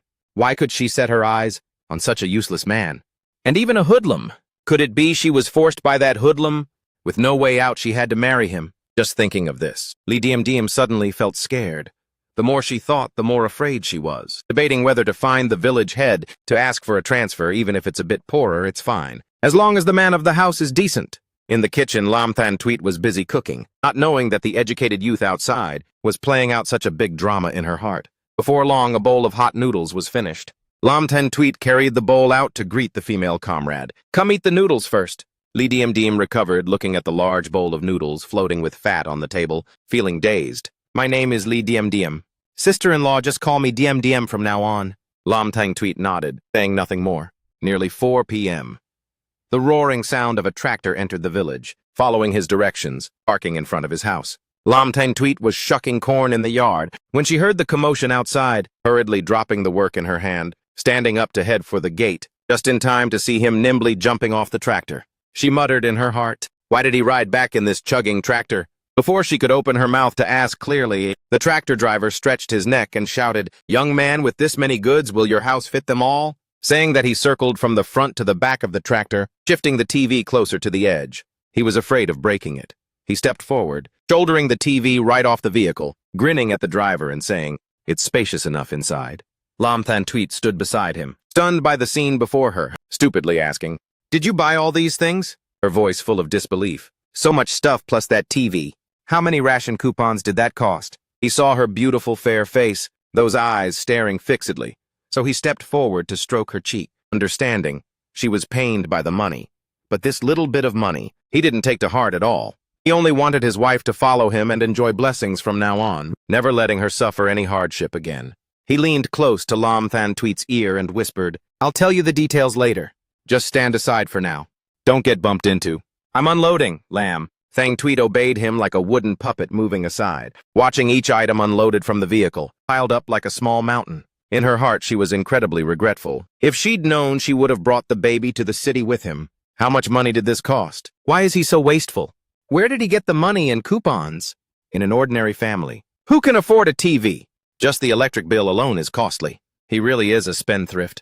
At this moment, Lee Diandian stood in the corner, holding the newborn baby in her arms. Her eyes were glued to that young man, with a tall build, broad shoulders, and long legs. So he was the village's notorious rogue. She originally thought he would look ugly, vulgar, and unsightly, never expecting him to have such sharp, chiseled facial features and a handsome appearance. Growing up to this age, she had very rarely seen a man this handsome. It made her heart thump nonstop. Li Diandian now finally understood why Lin Qingshui, a woman as beautiful as a flower, married so early. It turned out this man looked even handsomer than Wang Xingguang in the movies. Once the goods were unloaded, he pulled 2 RMB out of his pocket and handed it to the tractor driver. The driver took the money, waved, and drove the tractor away. He then started carrying the items into the courtyard. His wife wanted to help, but he wouldn't even let her, telling her to sit and rest, completely ignoring that there was an extra woman in the house. It was Zhao Zhenxiang who ran over upon hearing the news. The moment he saw a mountain of goods piled up in front of his brother's door, he was completely astounded. Where did this lazy bum get so much money? To buy all these things, his dirt-poor house didn't even have anything valuable to sell. Could he have sold the baby? Thinking up to hear, Zhao Zhenxiang instinctively quickened his pace and ran right to the door. Seeing his little niece in the arms of the young female, intellectual, his heart finally put at ease. Without saying a word, Zhao Zhenxiang buried his head to help carry the goods into the courtyard. Looking at that heavy chunk of iron once plugged in, images and sounds began streaming out. Oh, it was so lively, just like watching a movie. He curiously walked around it a few times, too embarrassed to reach out and touch it. He heard this thing was extremely precious, costing several hundred RMB. This was the very television city folks often talked about, but he really didn't expect that his own brother could bring one back, making it one of a kind in the village. After putting all the items away in order, Zhao Zhenxiang pulled him out to the courtyard gate, asking him where he got so much money. Not panicking at all, the MC patted his chest and said, "This is all cash I got from going hunting and selling the prey on the black market." He didn't tell his eldest brother about the dendrobium. It wasn't that he didn't trust his eldest brother, but because dendrobium grew entirely on steep, sheer cliffs. Even if he told him, his eldest brother wouldn't be able to help at all. If the news leaked, it might even cut off his own way of making money. Waiting until next spring when it gets warmer, he would lead his eldest brother and second brother up the mountain, find a few easy places to harvest and show them the ropes. After that, it would all depend on each person's own fortune. Zhao Zhenxiang wanted to advise him that it would be better to just diligently do farm work and be done with it. But looking at his own blood brother in front of him, whose eyes flashed with light, radiating a sharp and profound air never seen before, it was as if he had transformed into a completely different person. It made someone who was the big brother, like him, feel a bit unable to recognize him. The MC thought it was a rare visit from his eldest brother, so he revealed to him his plan to build a house, wanting to ask him to help oversee it, offering 1 RMB of daily wages. Zhao Zhenxiang took a puff of his cigarette and said, "As long as you don't mess around, I can work for you for free." "What do I need wages for? But building a house is no joke. It's going to cost a lot of money." "Eldest brother, I have the money, and I will pay the wages. Even blood brothers should keep books clear. Please help me find a highly skilled master craftsman. And let's use slightly better materials too. Try to have us move into the new house before winter sets in." Zhao Zhenxiang nodded, thinking the fourth brother only wanted to renovate those 3 thatched rooms. He never expected him to be so audacious as to demand building a whole 2-story house. The reason the MC entrusted all of these matters to his eldest brother was actually because he himself was swamped with work. He calculated that he had to seize the time before winter to harvest all of the dendrobium. If he happened upon wild medicinal herbs like foti root again, he could also sell them for cash. If he could even run into sika deer and get some antler velvet or deer blood, that would truly be striking a massive jackpot. Seeing that it was still early, the 2 brothers discussed and went to find Wang Chuanju. In this era of a planned economy, building a house and buying bricks also required a permit. This village chief Wang Chuanju, in this day and age, held power that was absolutely unmatched. The MC gifted a pack of Dakianmen cigarettes and even slipped him 1 RMB, smoothly obtaining the brick-buying permit. With the permit issued, they went straight to the commune's brick kiln factory to place an order for the bricks to build the house. Zhao Zhenxiang immediately grew puzzled. Just how thick of a wall is fourth brother planning to build? Why did he order so many bricks? The MC told him that he wanted to build 2 stories. Xiao Zhensheng stared blankly at him, pulling out 2 great unity bills, handing them to the brick factory owner without even blinking. Xiao Zhensheng's heart ached so much his mouth twitched, only to hear the MC say that the remaining amount would wait until all the bricks were hauled home before settling. Xiao Zhensheng widened his eyes, feeling that this whole thing was just too unbelievable.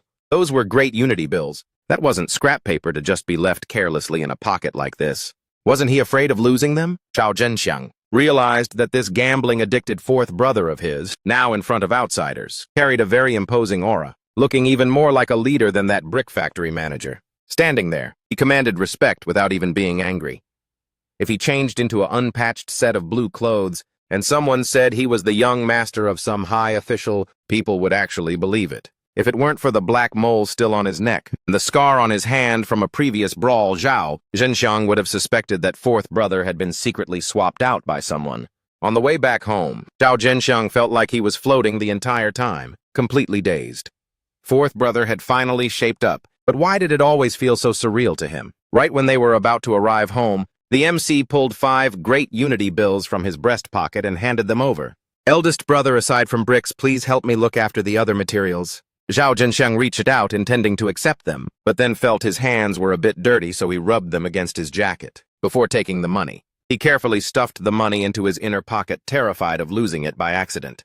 Xiao Zhensheng sincerely said to him, "With this much money, since you trust your eldest brother, I will definitely manage everything perfectly for you." The MC nodded. They were blood brothers, so what was there to distrust? If it weren't for his eldest brother and sister-in-law looking after things, with the grievances his wife suffered in his past life, who knows if their daughter would have even been born? She might have been entirely lost to his own abuse. In the main room of the Zhao family home, Lin Qingshui was organizing the items he had just bought and brought back. She pulled a square cloth out from the cabinet, carefully draping it over the TV, utterly terrified that a bit of dust would stain the TV. In her view, what was the point of buying this thing? The village suffered blackouts every now and then, and an antenna even had to be installed. When there was no signal, the screen would be full of static. But seeing how excited he was, she couldn't bear to blame him for squandering money. She discovered that he had bought things for her and their daughter again, including sweaters, pants, and women's leather shoes, as well as a few small sets of clothes for their daughter. This guy, seriously, why was he squandering money like this? Whose family buys new clothes every single day? The last time he went to town and bought her that coat, he hadn't even worn it yet, unable to bear wearing it. Yet he went and bought her so many more clothes like this. But seeing that he always kept the mother and daughter in mind, Lin Qingshui was still very happy. She picked up the soft, thick cotton quilt, preparing to store it in the chest, unable to stop tears from falling. This thing was even better than the new quilt that had been fluffed when she first got married. After tidying everything up, Lin Qingshui discovered that this guy actually didn't buy anything for himself. Yet his own shirts were patched all over, and his shoes even had a hole in them. Li Diandian was helping to hold the daughter, her eyes glued to those new clothes, scratching her ears and cheeks, just like a cat seeing fish.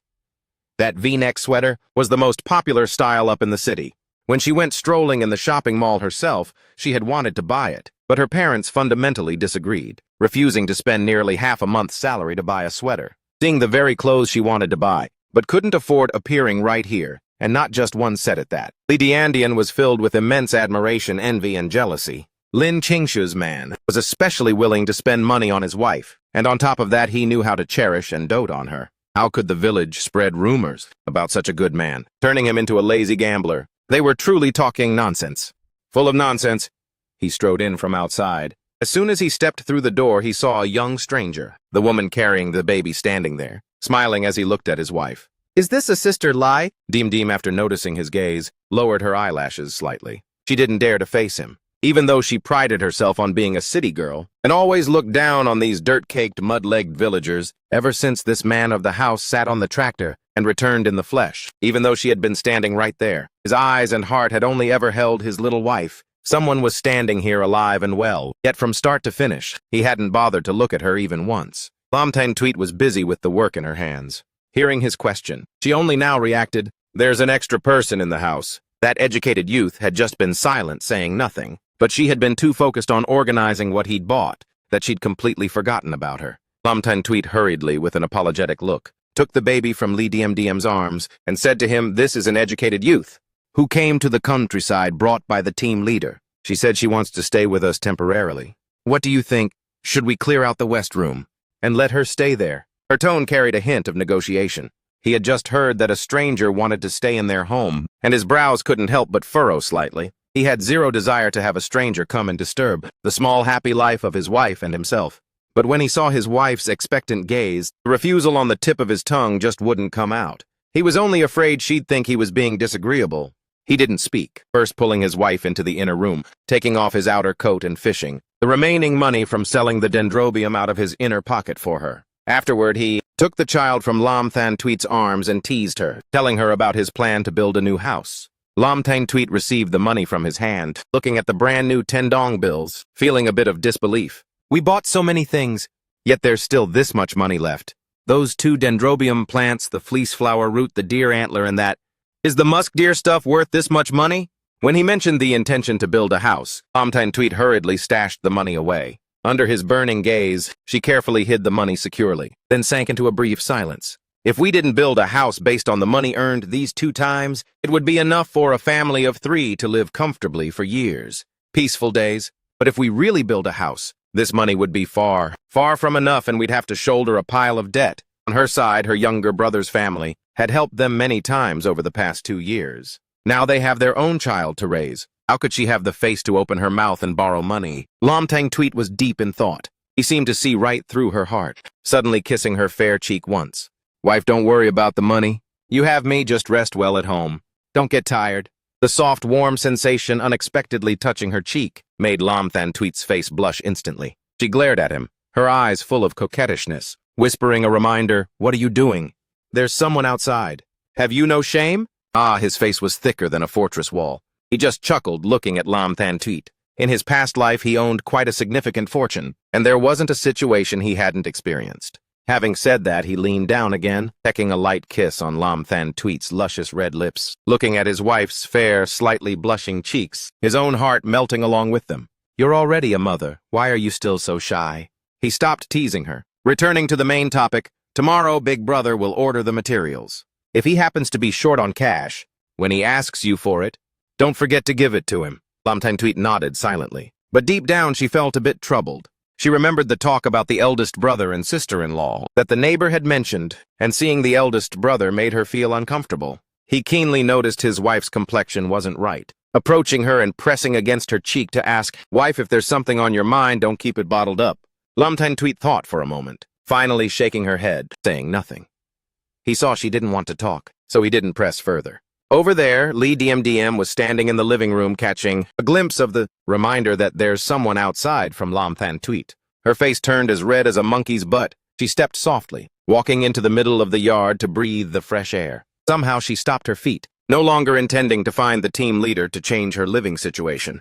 The man who was the head of this household didn't seem as terrible as the villagers rumored. Just now, while the young mistress was clearing up the items, she had been holding the baby right there, seeing it all very clearly. Among those items, most were household necessities, along with clothes for the child and the young mistress. Yet she didn't see a single item for the man's use. While Lee DM was standing dazed in the yard, the little daughter swaying. In his arms had fallen soundly asleep, the face exquisite and tiny looking peaceful.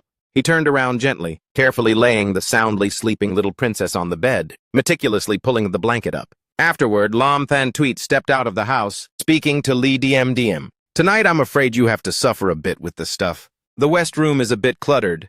My eldest brother probably can't finish clearing it right away." Lee DM heard Lam Than Tweet's words, turning back to see her cheeks were bright red. She couldn't help but associate this with the conversation the couple had just had in the room, hearing faint whispers. Her face grew hot. She hurriedly avoided her gaze. "It's no suffering at all. Sorry to trouble you and Big Brother." "Lie," DM hurriedly said. Lam Than Tweet smiled, shaking her head at Lee DM. "It's good that you don't mind our house being poor." Saying this, she bent down, intending to move the wooden bed for her daughter into her own east room. He saw this and hurriedly rushed to help wife. "Let me move it. Don't risk spraining your back." Lam Than Tweet chuckled. Turning and heading into the west room, she also wanted to help clean up. He was working shirtless. After being requested several times by his wife, he had to put on a white undershirt. His arms, with clear, muscular definition, were exposed, radiating a sense of strength. The undershirt covered the shallow and deep scratches on his broad back. He had no idea why his wife insisted he wear an undershirt, but he just carried the rakes, intending to move them out to the yard. He hadn't been busy for 2 minutes before seeing his wife roll up her sleeves and step in. He hurriedly opened his mouth to stop her. "Wife, you don't need to help here. It's very dusty. Hurry out to the yard and rest."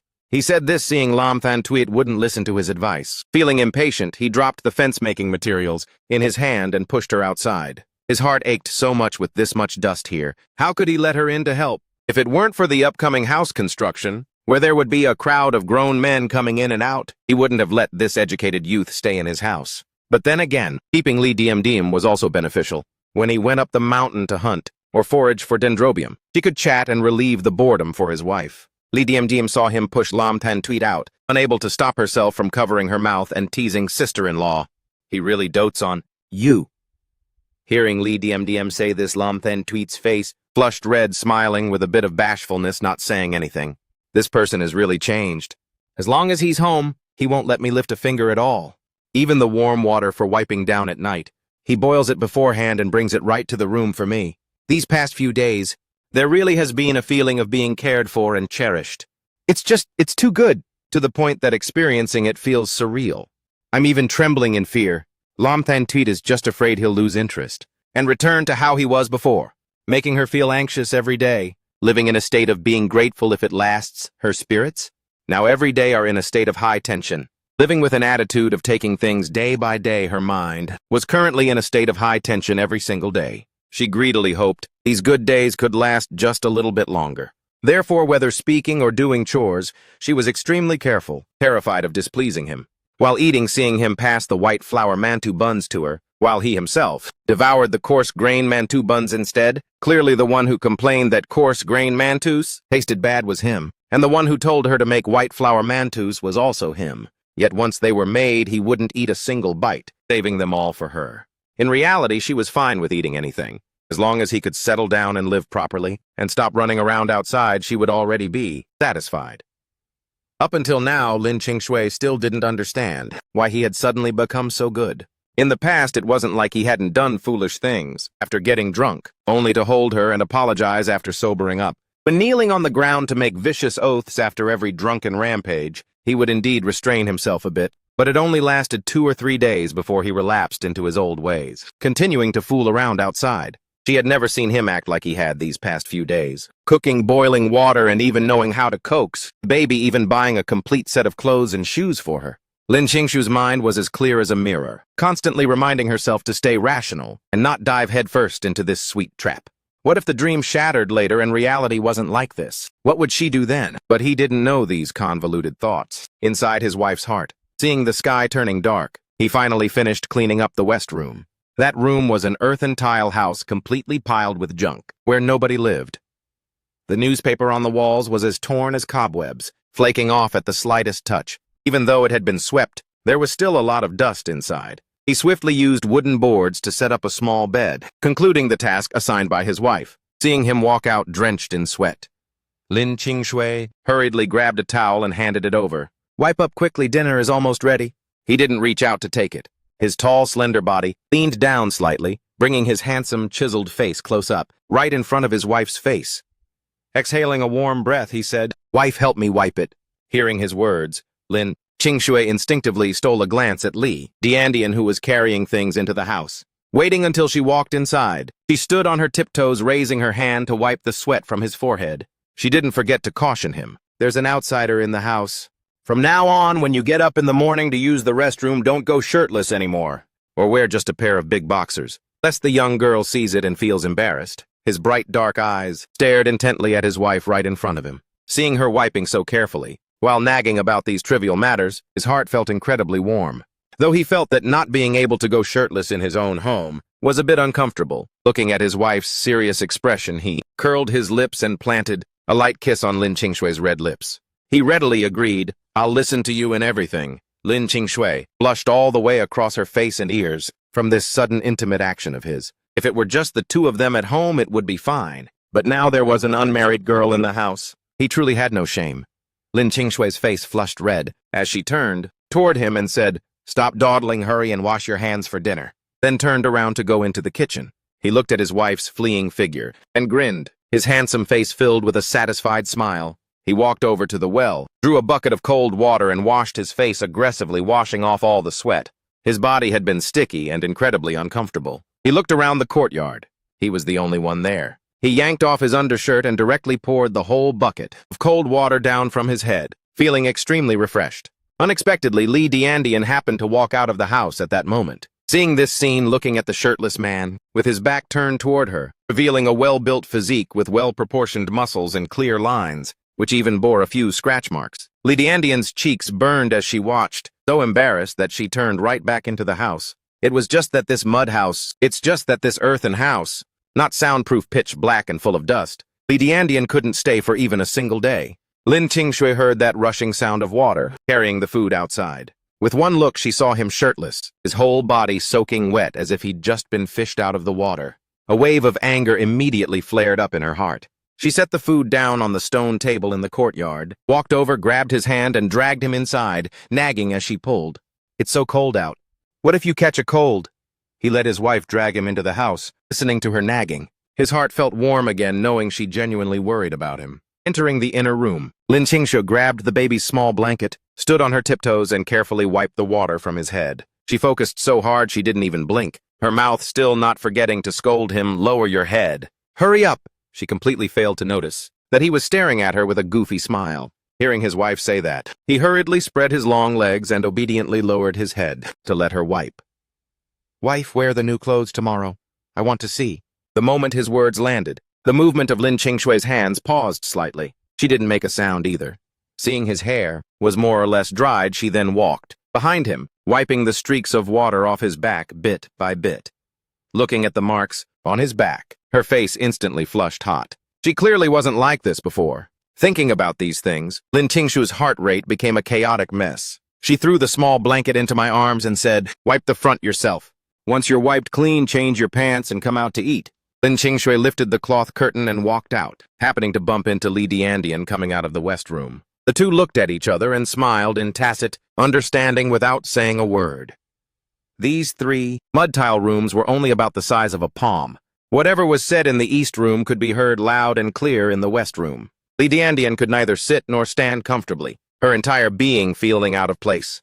If this continued into the night, wouldn't she be like someone getting roasted over a fire? The MC changed into a pair of pants, wearing a gray shirt on his upper body, and strode out. He sat down on the stone bench next to his wife. Glancing at the stone table, the stir-fried eggs from this morning were barely touched, and not a single one of the 8 pieces of meat was missing. He frowned at his wife. Lin Qingshui had just picked up her chopsticks, and looking up to see his face darkened as he frowned. Her heart suddenly tightened, her hand trembling so much that she dropped a chopstick to the ground. In an instant, she broke down. So quickly, he was already showing his true colors. She originally thought he could persist for a bit longer this time. Waking up from a dream happened so fast. She set the remaining chopstick down, meeting his gaze and taking a deep breath. "I ate half a mantou and 2 pieces of egg." Her voice was calm, but her hands tightly gripped her battered old jacket, her entire body trembling. The sound of the chopstick hitting the ground abruptly snapped him out of his thoughts. He realized something was wrong. He looked closely. Lin Qingshui's eyes were red and watery, just like an apricot battered by rainwater. His heart wrenched, and he immediately panicked. His heart simply ached because she refused to eat. Who would have thought his tone came off way too harsh, frightening her? He reached his hand out, intending to hold her, but she dodged it, making him panic even more. The 1.8-meter tall man squatted in front of his wife, his face completely filled with panic. "Wife, just now I was just a bit anxious. I really didn't mean to scold you." With his tone softening up, Lin Qingshui's suppressed grievances could no longer be contained, and tears streamed down her face one after another. Just now she was truly terrified, thinking he had turned back into that violent-tempered person, a fiend who beat people. His heart ached to death, scooping her up by the waist. He strode quickly into the east room. Lee Diandian had just sat down on the stone bench, her face completely bewildered. What on earth just happened? She was left all alone in the courtyard. Inside the house, he looked painfully at the person in his arms. Her eyes red from crying and her dainty nose flushed pink. His heart felt as if it were being cut by knives. Lowering his head to kiss her eyelids, he whispered, "Wife, I'm sorry. I was truly in the wrong. I was just afraid you'd be reluctant to eat, and got too anxious, which is why I scolded you. I'm busy outside all day, and can't keep an eye on your meals all the time." He had gotten hot-headed for a moment, which was why his tone was heavy. In her heart, Lin Qingshui gradually began to feel a bit better, also feeling that she had been a bit too dramatic just now. Recently being pampered and protected by you has made me so soft. Everything was laid bare. She felt even more shy. Her fair fingers gripped the shirt on his chest tightly. Her eyes lowered, biting her lower lip, saying not a word. At that moment, he suddenly blurted out something unexpected. "Oh, what's wrong?" Following his gaze, Lam Tang Tweet now noticed that she was leaking milk. Before she could answer, he thought about the fish head soup and venison stew he'd been making lately and asked, "Is our daughter getting enough lately?" Lam Tang Tweet's fair face turned beet red, just like a ripe persimmon. She scrambled out of his arms, turning her back to him. "Go outside for a bit so I can—" Her voice trembled slightly. "I've been drinking fish soup every day for days. I don't know if it's actually working." For 2 days, she'd been breastfeeding. No longer using formula, but even so, there was still so much milk. It hurt from the engorgement during the day. Last night, this thick-skinned guy had even eaten a bit, which was why she wasn't so uncomfortable today. But somehow it was still leaking. Flushed, she hung her head and unbuttoned her shirt, completely unaware that he was staring fixedly at her every move, his gaze filled with an aching longing. As soon as Lam Than Tweet took off her outer coat, she discovered this thick-skinned man was staring straight at her. She was instantly mortified. "What are you doing? Get out, I need to change." He had absolutely no intention of leaving. His head only leaned in a few inches closer. "Wife, you're engorged, and it's so uncomfortable, let me help." Saying that, without giving Lam Than Tweet any chance to react, Lee Diem Diem sat on the stone bench outside, propping her chin on her hand. It's already dark, and both the sun and moon are out. Why haven't that couple come out yet? She didn't dare intrude to check, only waiting. After a long while, the two stepped out of the house. Lee Diem Diem noticed the young sister-in-law's eyes were moist. Her cheeks flushed, her lips glossy and red. She must have been well coaxed. Lam Tang Tweet saw. Lee Diem Diem staring, thinking of what had just happened, her face burning. She sat down, picking up the chopsticks to give to Lee Diem Diem. "Eat." Then she picked up another pair for the man beside her. After he sat down, from start to finish, he didn't even glance at Lee Diem Diem once. He picked up a white flour bun and placed it in his wife's hand, while grabbing a coarse, 5-grain bun himself, biting off a big chunk. In his heart, he planned to take a trip to the reservoir, when he had free time to catch some fish to nourish his wife. Lam Than Tweet had no idea what the man was thinking. She was afraid Lee Diem Diem would feel uncomfortable, so she pushed a white bun toward her. "Eat up, don't be a stranger, just consider this your own home." Lee Diem Diem took a small bite, muttering inwardly, "Is this house finally rich or poor? If they're poor, why eat white flour buns? They have scrambled eggs and meat. These conditions aren't any worse than in the city. This morning at the team leader's house, I only had black corn, bread with pickled radishes. If they're rich, why live in 3 thatched mud rooms? Besides the TV bought today, they didn't have a single piece of decent furniture. The bed she was sleeping on was just a few rickety wooden planks. She was afraid of flipping over at night and collapsing the bed. Oh, right. This morning I heard him tell the tractor driver he intended to build a house. So this old house will be demolished, right? When that happens, I won't even have a place to stay. Why did he still keep me?" It was clear to see that in this man's eyes, apart from his little wife, there was no room for anyone else. It was obvious he didn't want her here. Aimless thoughts. The baby's cries drifted from the room. The next second he stood up, telling Lam Than Tweet to keep eating while he stepped into the room, turned on the light, and picked up the just-woken baby from the small bed. Lam Than Tweet put down her chopsticks, reaching out to take her, but he dodged. "You eat first." "I'm not hungry yet." "I'll eat later." Lam Than Tweet naturally knew he said he wasn't hungry just so she could eat first. He'd been out and back busy cleaning up. How could he not be hungry? But she didn't expose him, picking up her chopsticks to continue eating. Lee Diem Diem lowered her eyes, biting small pieces of the bun, stealing furtive glances from the corner of her eye at how this couple lived. She couldn't help but compare it to home, where her 2 brothers wouldn't touch the children when they came home from work. When the kids cried, the sisters-in-law had to handle it, carrying the child with one hand and struggling to eat with the other. But this eldest brother, before her, was currently pacing the yard, coaxing the baby. She found it truly hard to believe. Lam Tang Tweet quickly finished her meal, took the child from my arms, and went into the room. As soon as she left, Lee Diem Diem stole a glance at the young man opposite. She saw me biting into the large buns and eating the scrambled eggs, no expression on his handsome face, exuding a cold, distant air, completely 2 different faces compared to when the little wife was here. Lee Diem Diem looked and felt a bit rattled, unable to sit still, stammering, "Big brother, I'm full." She cleared the dishes and carried them into the kitchen, neatly finishing the washing before returning to the west room, not daring to come out again. When it was pitch dark, I sat alone in the yard, finishing the remaining 4 coarse 5-grain buns, draining the noodle soup before I felt full. Afterward, I boiled a pot of hot water and carried it into the room. Wife, remember to wipe down. I'm going to the restroom for a bit. I placed the basin on the stand and stepped out. Tweet closed the door, undressing to wash with the hot water. Just as she finished dressing, she vaguely heard a noise behind the house. She thought she had misheard, but the next second a man's voice drifted in from outside. Hey, little sister, are you bathing? Tweet was so scared her hair stood on end, shouting ear-splittingly.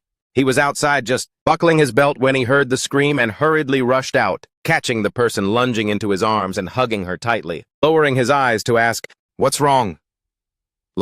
Tweet gripped his waist, her body trembling. Behind the house, there was someone just now.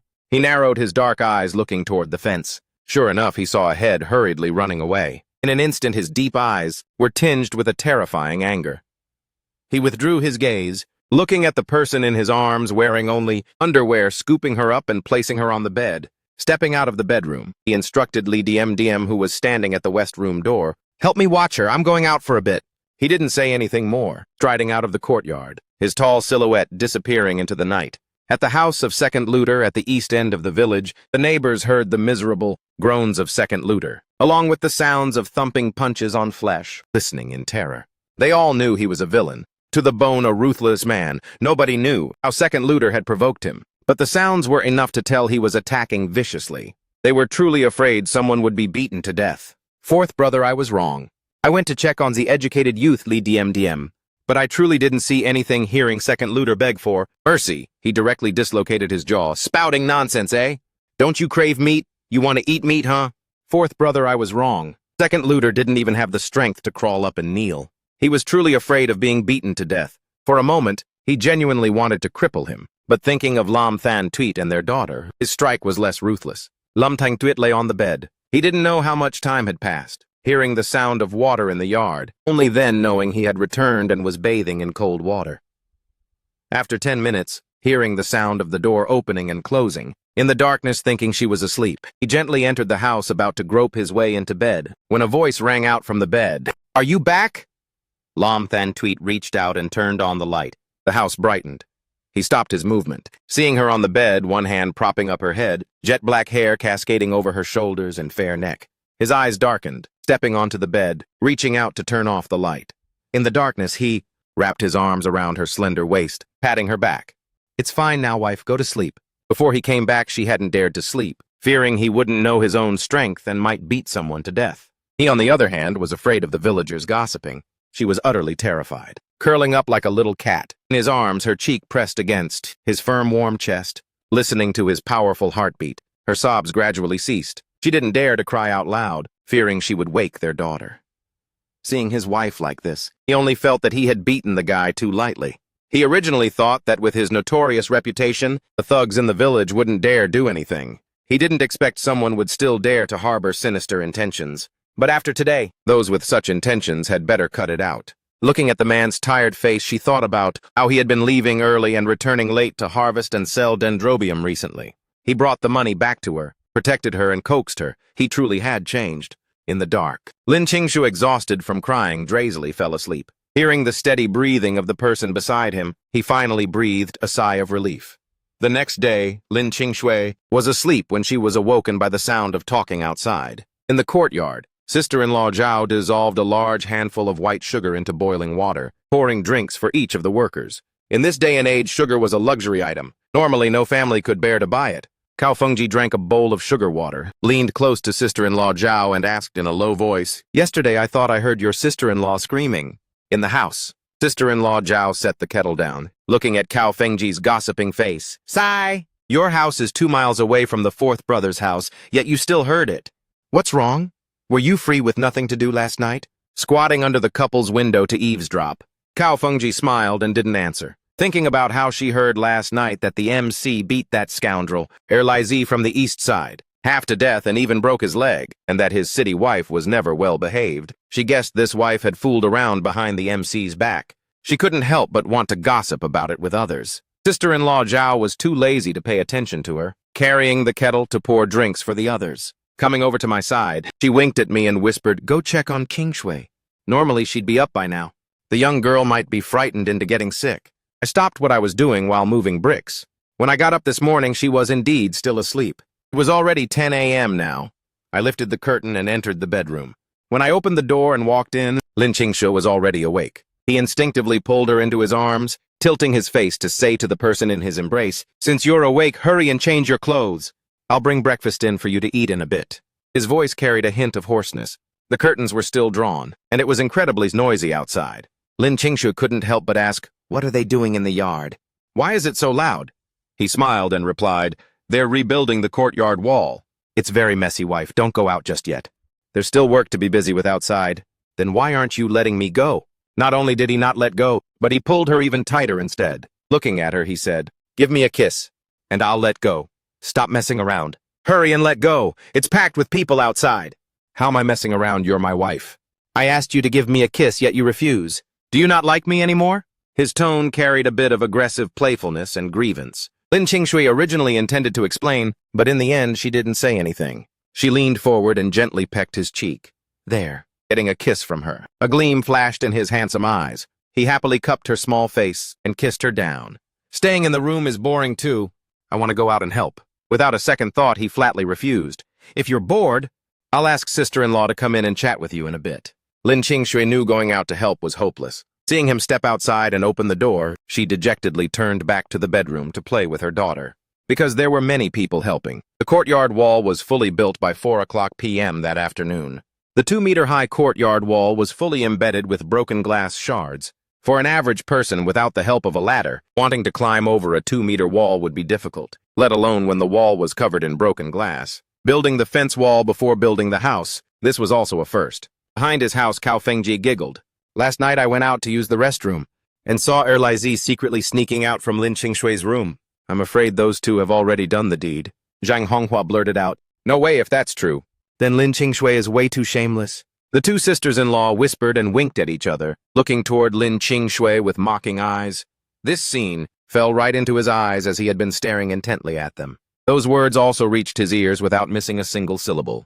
These two old hags truly deserved a beating. The daughter-in-law of their own uncle turned out to be this kind of person, calling it helping out. They were clearly here just to get sugar water to drink. Didn't he see it? Cao Fengji even brought along a large mug for drinking, and her pockets were bulging big time. It looked like she stuffed quite a few snacks meant for the helpers. He pondered on how to deal with Cao Fengjie and Zhang Honghua thoroughly, once and for all to avoid future trouble. After dinner, he walked over to his uncle Wang Dashan's house. Wang Dashan and his two sons hadn't split the household yet, so they all lived together. When he went over, the Wang family was eating. Seeing him arrive, everyone was quite surprised. "Zhenguo, have you eaten?" Uncle Wang Dashan asked. Aunt Liu Shukin shoved a mouthful of rice into her mouth. Seeing him walking toward her, she didn't think much of it. Stepping right next to Cao Fengjie, he grabbed her hair. This action of his left everyone present dumbfounded. Along with Cao Fengjie's blood-curdling shriek, everyone finally reacted. Wang He snapped up. "Zhenguo, what kind of madness are you driving at?" He sneered, "What madness am I driving at? Why don't you ask your wife?" Cao Fengjie never expected the news would travel to his ears so quickly, or that he would come over so fast. He began listing out Cao Fengjie's offenses. Liu Shu, Qin and Wang Dashan's faces completely darkened after listening. This was a daughter-in-law they married into the family. This wasn't a daughter-in-law, this was a jinx on regular days. They were already terrified that their son would follow this. Zhenguo and pick up bad habits. Had warned her over and over not to get involved with him. Yet this woman still dared to actively make up rumors about people. Cao Fengji secretly cursed him to high heaven, but out loud she didn't know how to explain herself. Zhang Honghua stood up. "Could there be some kind of misunderstanding in this?" "Zhenguo, hurry and let go of her first. After all, Cao Fengji is your cousin-in-law." The MC looked at these birds of a feather. "Zhang Honghua, you're no saint either. Sit the hell down." Zhang Honghua felt a bit awkward, looking at her own man Wang Yong, who remained silent, clearly not wanting to get dragged into this muddy mess. He raised his hand and slapped Cao Fengji right across the face. "I'll teach you to run your mouth. If I don't slap your mouth shut today, I swear." Cao Fengji was slapped silly, completely blindsided that he would actually dare. The entire Wang family, young and old alike, didn't move a finger to stop it. He slapped Cao Fengjie 6 times before finally stopping, shoving her away violently. Cao Fengjie's head was spinning, unable to even stand straight as she stumbled and fell toward Wang He, only to be pushed away roughly by her own man. Wang Dashan said gloomily, "You truly practically begged for a beating. Serves you right." Liu Shukin glared at Cao Fengjie, incredibly annoyed. "Cao Fengjie, are you brainless or something? Or do you just hate seeing Zhenguo and his wife living a good life?" How dare you spout this kind of nonsense? She was clearly trying to stir up trouble and drive a wedge between them. Even after getting beaten, nobody felt sorry for her. I didn't say those things. Other than denying it to the grave, Cao Fengji had no other way out. Since you claim you didn't say those things, do you dare to swear it? If you're lying, may your whole family drop dead. And may your children meet a horrific end. Cao Fengji was way too naive. How could she be a match for a veteran like the MC? With just 2 sentences, he shut Cao Fengji up. She felt guilty now, stuttering and unable to say a word. How things actually went down. Everyone saw it loud and clear now. The MC swept his gaze across everyone. I'm leaving my words here today. If I hear anyone in this village spreading rumors again, trying to sabotage my relationship with my wife, don't blame me for not holding back. When the time comes, whether I beat someone to death or cripple them, I won't take any responsibility. After saying his piece, he brutally kicked Cao Fengji twice more. Seeing this, Wang He stepped forward and unleashed a barrage of punches and kicks on his own wife. Cao Fengji's face was completely swollen, beaten by Wang He until she repeatedly begged for mercy. Still, nobody dared to step in to stop it because the MC hadn't left yet. He clearly hadn't cooled his anger, so whoever stepped in would just get dragged into the bad luck. After a long while, Lu Shukin sighed. That's enough. If you injure her, it'll cost money for medical treatment. Wang He's already raised hand delivered one final slap right to Cao Fengji's face. This strike caused the corner of her mouth to bleed. The MC snorted, "That's for having a loose tongue. Try it again. And next time I'll sew your mouth shut." Leaving those words behind, he strode away. Inside the house, other than Cao Fengji as sobbing, there wasn't a single sound left. Having taught Cao Fengji a lesson, he felt refreshed both physically and mentally, happily heading home to find his wife. Seeing that he had left, Wang Deshan signaled Liu Shukin with his eyes, telling her to take the 2 daughters-in-law to the kitchen to clean up. In the middle of the main room, Wang Deshan was quietly smoking, tapping his pipe against the table. Wang He, Wang Young, you two.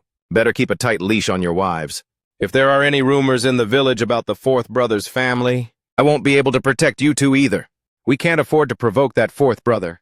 Recently I heard he has picked up good habits, but from what I see he's actually become even more ruthless. The 2 brothers, Wang He and Wang Yong, hung their heads low, not daring to utter a peep. A creaking sound echoed as the old, weathered, wooden door was pushed open.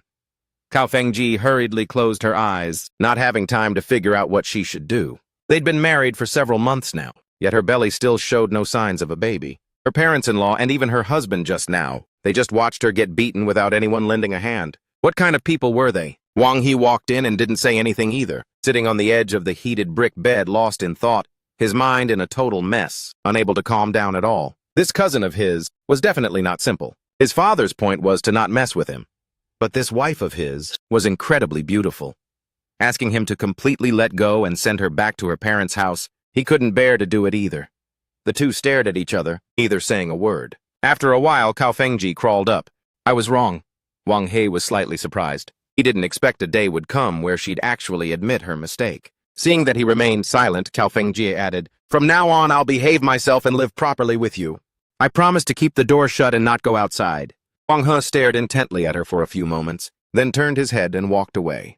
Cao Fengji turned to look at his retreating figure, biting her lip, feeling a bit helpless. Should she take the initiative? A little today's beating absolutely could not be suffered in vain. Early the next morning, Lin Qingshui divided the risen dough into 5 small portions, putting them into the pan to fry until both sides were golden brown. Just as she was about to break off a small piece to taste it, she was startled by a pair of arms wrapping around her from behind. He was very tall and had to lean down to fully hold her in his arms. His chin rested against the nook of her neck.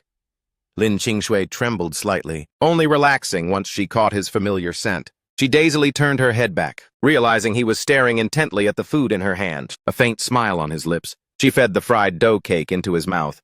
How does it taste? It's delicious. His smile was genuine and natural. Wife, actually, you don't need to get up this early to cook for me.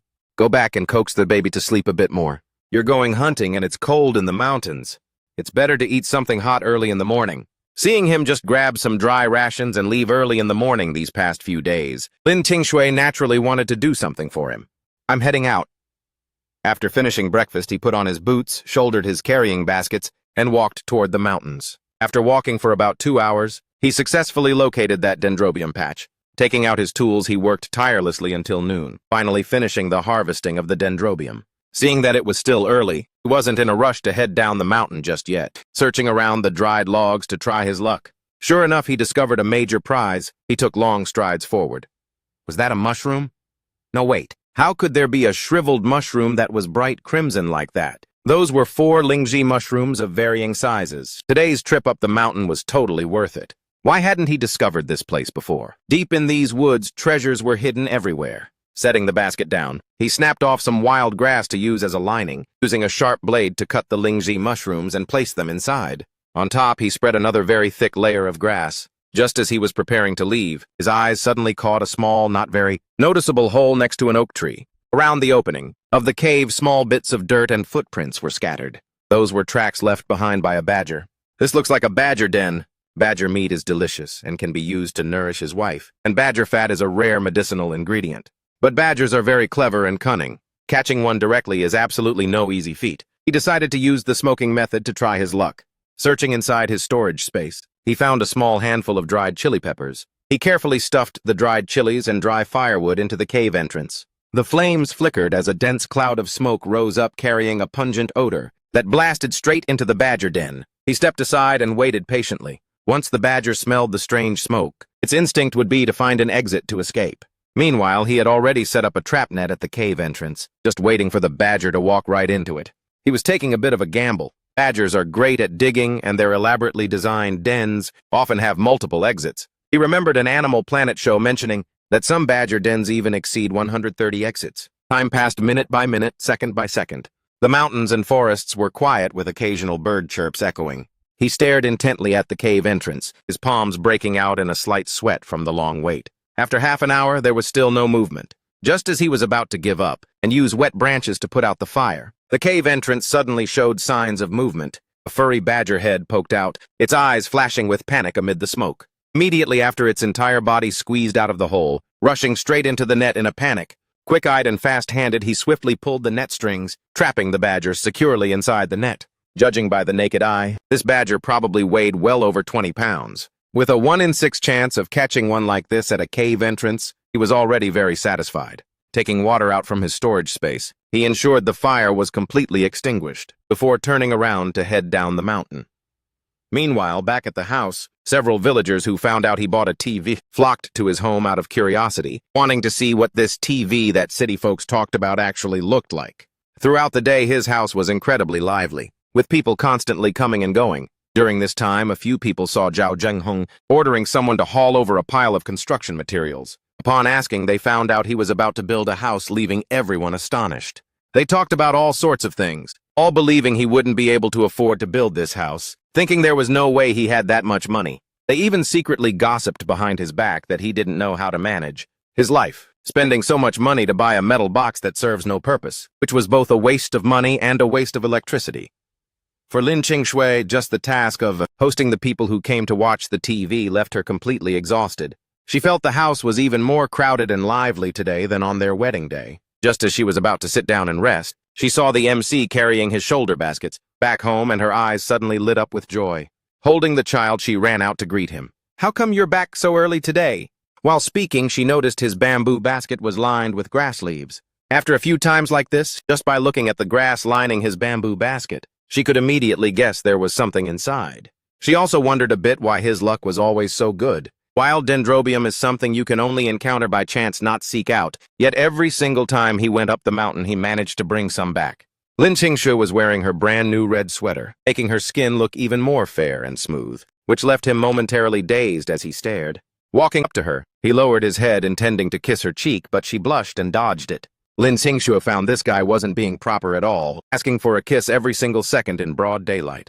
Diandian and the eldest sister-in-law are both here, you know. Only then did he notice there were still several villagers in the house. He looked around, then glanced at his wife. Lin Qingshui saw his confusion and opened her mouth to explain. Everyone wanted to see what the TV looks like. Luckily, sister-in-law came over to help host them. He nodded, wanting to take the baby from her arms, but lowering his head, he saw his clothes were a bit dirty, so he carried the baskets into the kitchen instead toward his wife, who followed him in, leaning down to whisper a few words into her ear. Lam Tweet looked at the basket, nodding to show she understood, even though she didn't know how many things he'd brought back. Since he had to head to the city early tomorrow morning, she didn't ask much else. There are still so many outsiders in the house, yet he dared to crowd in this close. This guy is right up against her, and he's changed so much. Feeling his wife secretly observing him, he grinned ear to ear, pecking kisses on both of her small cheeks. Wife, did you eat properly today? Though he was talking, his hands wouldn't stay still, caressing her waist. How can it be this small? It probably isn't even 25 inches. Wife with me not home to supervise. You must eat properly, you're too thin. Being held by the waist. Lam Than Tweet, carrying the baby, glared at him in reproach, just wanting to say, stop being so reckless regardless of the situation. When she heard her sister-in-law call out from outside, since fourth brother is back. Thantan, I'm heading home.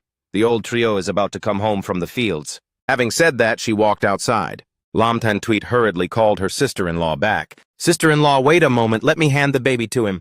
She left the kitchen herself and went into the east room, taking a bag of rock sugar to stuff into her sister-in-law's hand. She was terrified. At this moment, he spoke up, forbidding her from giving it. Rock sugar is a rare commodity. She couldn't bear to eat it, but without her sister-in-law's help, their previous life together would have been much harder. Sister-in-law, I heard many villagers came to watch the commotion today, even leaving the spinning to be neglected. If you hadn't come over, with so many people, how could I have handled it alone? In the past, poor and always taking advantage of her. Now that things are prosperous, she wanted to repay her a little. Even as sisters-in-law, one shouldn't constantly take advantage of others. Sister-in-law, this was bought by Tran Quoc. Take it home for this kids to enjoy. Her sister-in-law looked at the half-pound of rock sugar stunned, hurriedly pushing the gift back. No, you keep it for. The girl to eat sugar water is for treating honored guests. How could ordinary folk afford to drink this? Which new bride goes back to her natal home with this? If you did, your family would truly be so proud. The two pushed it back and forth several times. Seeing the bag was about to tear, the sister-in-law finally shyly accepted the rock sugar and turned back home. Lam Than Tweet was afraid that since she decided on her own, he would punish her. She gripped her hem, stammering an explanation. Tran Quoc, it's lucky our sister-in-law came to help. There were too many people then, making me so busy I almost forgot to eat. I gave the rock sugar to her. Don't be angry and definitely don't lose your temper. And go demand it back, okay? Seeing her jittery, anxious appearance, he felt like a hand was squeezing his heart tightly, wishing his heart would shatter. His wife still didn't trust him, always afraid that if she said the wrong thing, she'd be beaten and scolded again. He truly was a scumbag who couldn't live. He said nothing, and Lam Than Tweet became even more terrified, bowing her head and muttering as if she'd done something wrong. Tran Quoc, I won't do it again. Don't be angry. I took the daughter with one hand and hugged my wife with the other. There were words that needed to be spoken clearly to his wife. Misunderstandings are the one thing you must never let sleep overnight. Otherwise, they accumulate even more. A couple living together. The biggest taboo is not speaking properly. Not communicating is the end of the road. I patted my wife's back, my chin rubbing against her hair using an incredibly gentle tone. Wife, I've already said you are the master, you keep the money. Do whatever you want. You decide. If you want to eat, we'll buy more tomorrow. You don't need to mind my attitude like that. Regarding any decision you make, I unconditionally support it. Only hearing these words, Lam Than Tweet thought he was sulking at her, but he repeated it time and time again. It didn't seem like he was pretending. Lam Than Tweet finally dared to believe him. Heaven knows she hadn't dared to breathe deeply just now, only afraid he would turn on her. Seeing his wife's breathing slowly stabilize, only then was he relieved. Looks like from now on he'd have to talk to her every night. He wanted to take his wife to the city to relax, but knew for sure she wouldn't agree, fearing that once in the city he'd turn around and sell their daughter again. But he felt that at this moment, taking her out to relax was better. Wife, do you want to go for a stroll at the foot of the mountain with me? I'll bag a quail for you to have a delicious meal. Lam Than Tweet slightly wanted to go, not because she craved quail, but because recently he wouldn't let her go down to the fields to earn work points anymore, telling her to stay home and nurture her health. Just taking care of the child was enough. She had gone to the fields to work the day after giving birth. Back then he didn't pity her at all. Now conversely he knew how to pity her. She also didn't know what benefits he'd given Vuong Xuan-Tru, as the two workers in the house no longer went to the fields, yet Vuong Xuan-Tru didn't come to rush them either. Seeing his wife clearly tempted but still hesitating, his eyes darted around at the people in the yard, knowing she was worried that if they left, the items in the house wouldn't be safe. He laughed. It's okay. Wait a moment. Saying that, he carried the baby out of the kitchen. He didn't know what he had said to them, but everyone in the main house cleared out. He chased Lee Diem Diem out too. Lee Diem Diem, in fact, really wanted to follow this family of three to the foot of the mountain to check it out. It was said there were tigers on the mountain, so the educated youth didn't dare get close, but seeing they weren't welcoming, she could only wander around the village. On the way, he noticed his wife glancing at him occasionally, wanting to speak but holding back. Stopping his steps, he looked at her with an expectant expression. Lam Ten Tweet gathered her courage. Tran Quoc, can I go back to my mother's home for a trip? Married for so long, the man beside her had finally become a decent human, knowing how to earn money to support the family, knowing how to care for his wife and child. Lam Ten Tweet wanted to visit her mother's home once to set her mother's mind at ease, so she wouldn't have to worry because her daughter married poorly anymore. He thought his wife had spent so long preparing her mind and was going to bring up something major, but the result was just this. He held the daughter with one hand and grabbed his wife's hand with the other. Tomorrow I will go with you to your mother's. Just wait for me at home. Figuring he had also dug up quite a bit of money from his mother-in-law, tomorrow going to the city to sell the dendrobium, fleece flower root, and a bit of deer meat in hand, it should be enough to pay her back. Incidentally, he would buy some gifts for his mother-in-law too. Lam Ten Tweet never expected he would say such a thing. It was truly a pleasant surprise. She couldn't help but nod with a smile. Not long after, he led her to a lake where wild ducks lived, then stopped, just here. This lake, in past years, had drowned over a dozen naughty children. Everyone in the village rumored there was a water monster inside. Very ominous, so normal people would walk a detour, not daring to get close casually. He didn't believe in these ominous things, taking off his shirt and laying it on the grass, telling his wife to sit on it with the baby and wait. Not forgetting to sprinkle realgar powder and mugwort powder to repel insects. Lam Ten Tweet brushed aside the weeds in front to look at the lake's surface, reflecting the blue sky clouds and surrounding forest. Her eyes brightened. In the bushes, the sound of wild ducks quacking rang out. Lam Ten Tweet couldn't help but excitedly ask, "Is the wild duck you caught last time from here?" He nodded in response. "Then there must be wild duck eggs. This season is just right for them to lay eggs." She brushed aside the weeds taller than a person's head, while walking towards the sound of the quacking. Before she even got close, the wild ducks in the bushes had sensed the sound, flapping their wings and flying away. Lam Ten Tweet awkwardly rubbed her nose. The wild ducks ran away. He had only brought her here for a stroll to relax, so he said nonchalantly, "It's okay, you rest, let me go find them." He chased her away and plunged into the bushes himself, meticulously searching. Sure enough, he found many nests, made of dry grass and feathers. Inside were grayish-blue wild duck eggs. "There are plenty." He picked up a few to show her, at the mouth with empty hands. At this moment, Lam Ten Tweet looked at the pile of wild duck eggs and sighed. "How can we carry them back?" With 4 hands, they couldn't possibly carry over a dozen, and there were still many more left. To someone as frugal as her, it was truly such a pity. Lam Ten Tweet stood on tiptoe to look around the lake, seeing quite a lot of wild mint growing. She hurriedly handed the daughter to him. "You hold her for me. I have a way." She pulled out a small knife to cut the mint branches. Once he understood her intent, he set the daughter down and took out his knife to help cut the branches. "Wife, leave the cutting to me. You're not used to it and will just hurt yourself. Carry the baby and wait." He was incredibly fast, soon gathering a pile of mint branches. Finding a flat spot after picking off the green leaves, Lam Ten Tweet began laying the mint branches flat to weave.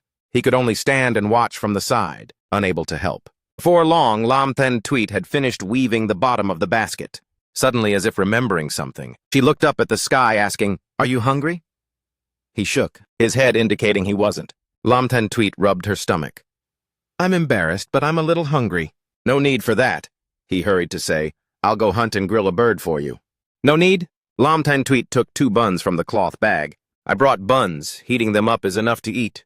You eat some too." He nodded slowly.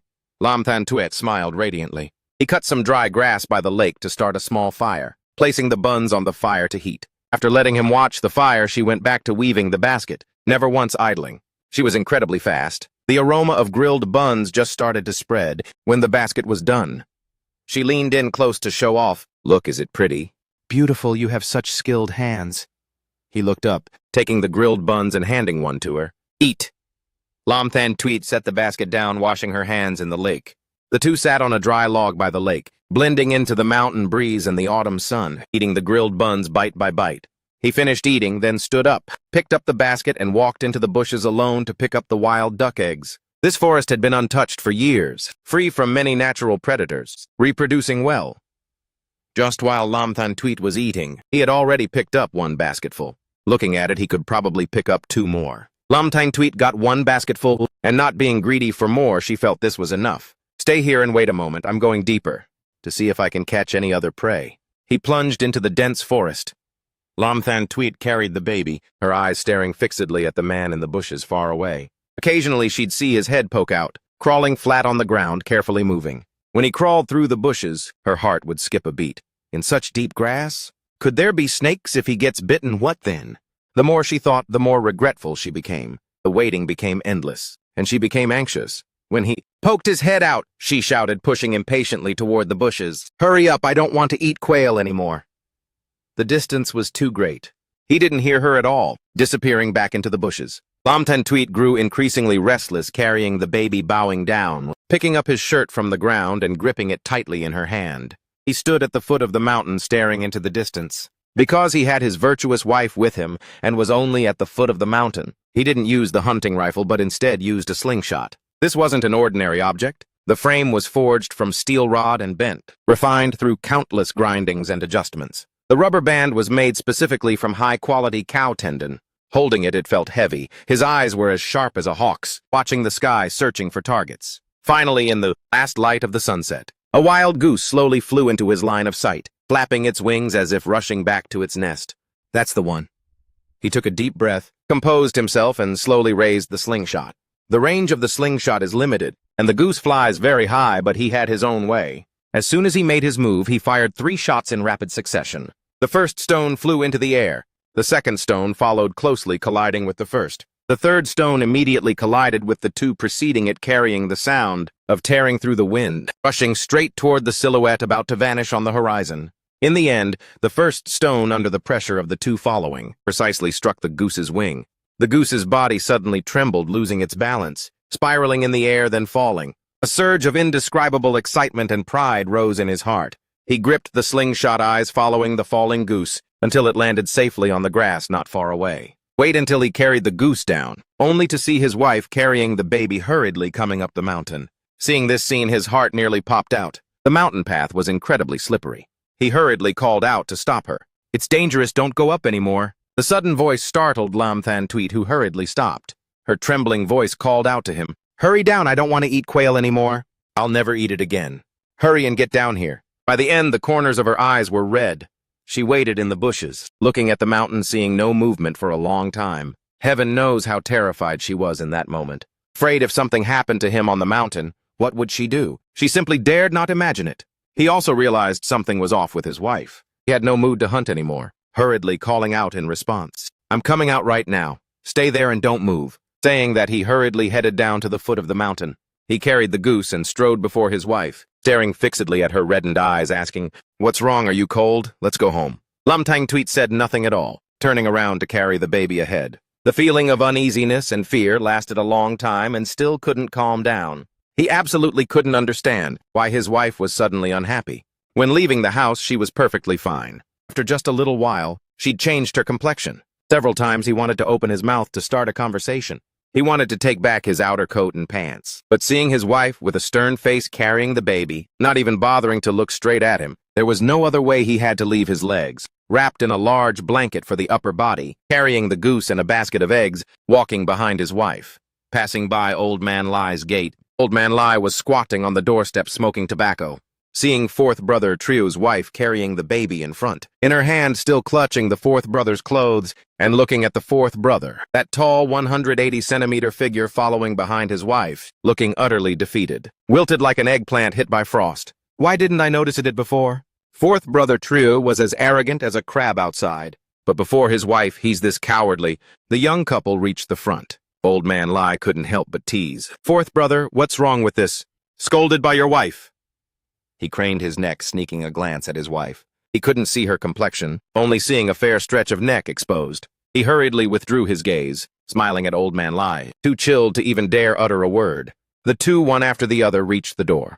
He tossed the goose on the ground with a thud, rushing ahead to open the courtyard gate. The door opened. He sensibly stepped to one side, waiting for his wife to go in before bowing to pick up the goose and following her inside. Lam Tantuit almost couldn't help but laugh at his funny appearance. It was hard to contain, but she carried the baby and sat on the stool in the courtyard. Only now did she realize she was still carrying his shirt in her hand. He had just gone shirtless in only his pants and followed her all the way back like that. Suddenly she remembered Old Man Lai's teasing just now. Why did I sulk at him? To the point of forgetting to give his shirt back.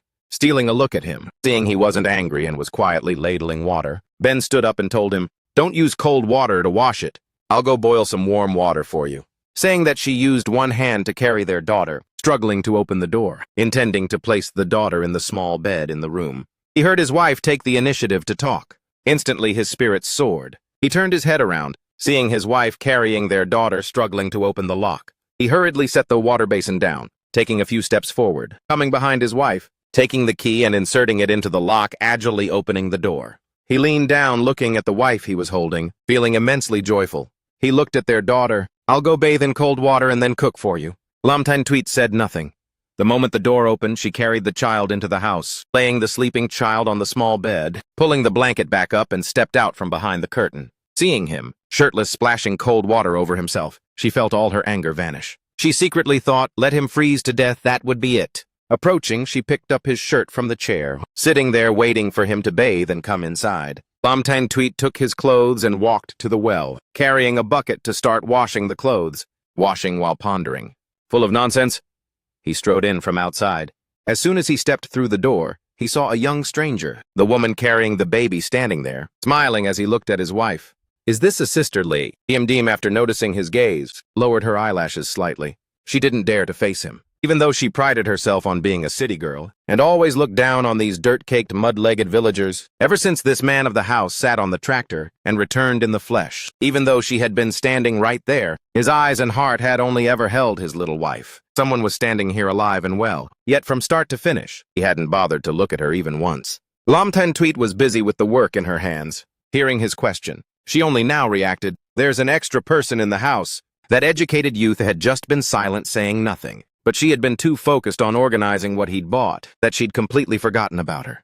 Lam Tan Tweet hurriedly, with an apologetic look, took the child from Lee Dm's arms and said to him, "This is an educated youth who came to the countryside brought by the team leader. She said she wants to stay with us temporarily. What do you think? Should we clear out the west room and let her stay there?" Her tone carried a hint of negotiation. He had just heard that a stranger wanted to stay in their home, and his brows couldn't help but furrow slightly. He had zero desire to have a stranger come and disturb the small, happy life of his wife and himself. But when he saw his wife's expectant gaze, the refusal on the tip of his tongue just wouldn't come out. He was only afraid she'd think he was being disagreeable. He didn't speak, first pulling his wife into the inner room, taking off his outer coat and fishing the remaining money from selling the dendrobium out of his inner pocket for her. Afterward, he took the child from Lam Tan Tweet's arms and teased her, telling her about his plan to build a new house. Lam Tan Tweet received the money from his hand, looking at the brand new 10-dong bills, feeling a bit of disbelief. We bought so many things, yet there's still this much money left. Those 2 dendrobium plants, the fleece flower root, the deer antler, and that. Is the musk deer stuff worth this much money? When he mentioned the intention to build a house, Lam Tan Tweet hurriedly stashed the money away. Under his burning gaze, she carefully hid the money securely, then sank into a brief silence. If we didn't build a house based on the money earned these 2 times, it would be enough for a family of 3 to live comfortably for years. Peaceful days. But if we really build a house, this money would be far from enough, and we'd have to shoulder a pile of debt. On her side, her younger brother's family had helped them many times over the past 2 years. Now they have their own child to raise. How could she have the face to open her mouth and borrow money? Lam Tan Tweet was deep in thought. He seemed to see right through her heart, suddenly kissing her fair cheek once. "Wife, don't worry about the money. You have me. Just rest well at home. Don't get tired."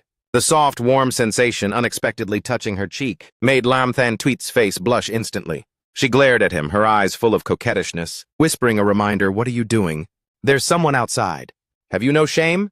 His face was thicker than a fortress wall. He just chuckled, looking at Lam Tan Tweet. In his past life, he owned quite a significant fortune, and there wasn't a situation he hadn't experienced. Having said that, he leaned down again, pecking a light kiss on Lam Tan Tweet's luscious red lips, looking at his wife's fair, slightly blushing cheeks, his own heart melting along with them. "You're already a mother. Why are you still so shy?" He stopped teasing her, returning to the main topic. "Tomorrow, Big Brother will order the materials. If he happens to be short on cash, when he asks you for it, don't forget to give it to him." Lam Tan Tweet nodded silently, but deep down she felt a bit troubled. She remembered the talk about the eldest brother and sister-in-law that the neighbor had mentioned, and seeing the eldest brother made her feel uncomfortable. He keenly noticed his wife's complexion wasn't right, approaching her and pressing against her cheek to ask, "Wife, if there's something on your mind, don't keep it bottled up." Lam Tan Tweet thought for a moment, finally shaking her head, saying nothing. He saw she didn't want to talk, so he didn't press further. Over there, Lee DMDM was standing in the living room catching a glimpse of the reminder that there's someone outside from Lam Than Tweet. Her face turned as red as a monkey's butt. She stepped softly, walking into the middle of the yard to breathe the fresh air. Somehow she stopped her feet, no longer intending to find the team leader to change her living situation. The man who was the head of this household didn't seem as terrible as the villagers rumored. Just now, while the young mistress was clearing up the items, she had been holding the baby right there, seeing it all very clearly. Among those items, most were household necessities, along with clothes for the child and the young mistress, yet she didn't see a single item for the man's use. While Lee Diem was standing dazed in the yard, the little daughter swaying in his arms had fallen soundly asleep, the face exquisite and tiny looking peaceful. He turned around gently, carefully laying the soundly sleeping little princess on the bed, meticulously pulling the blanket up. Afterward, Lam Than Tweet stepped out of the house, speaking to Lee Diem. Tonight, I'm afraid you have to suffer a bit with the stuff. The west room is a bit cluttered. My eldest brother probably can't finish clearing it right away. Lee Diem heard Lam Than Tweet's words, turning back to see her cheeks were bright red. She couldn't help but associate this with the conversation the couple had just had in the room, hearing faint whispers. Her face grew hot. She hurriedly avoided her gaze. It's no suffering at all. Sorry to trouble you and big brother, Lee Diem hurriedly said. Lam Than Tweet smiled, shaking her head at Lee Diem. It's good that you don't mind our house being poor.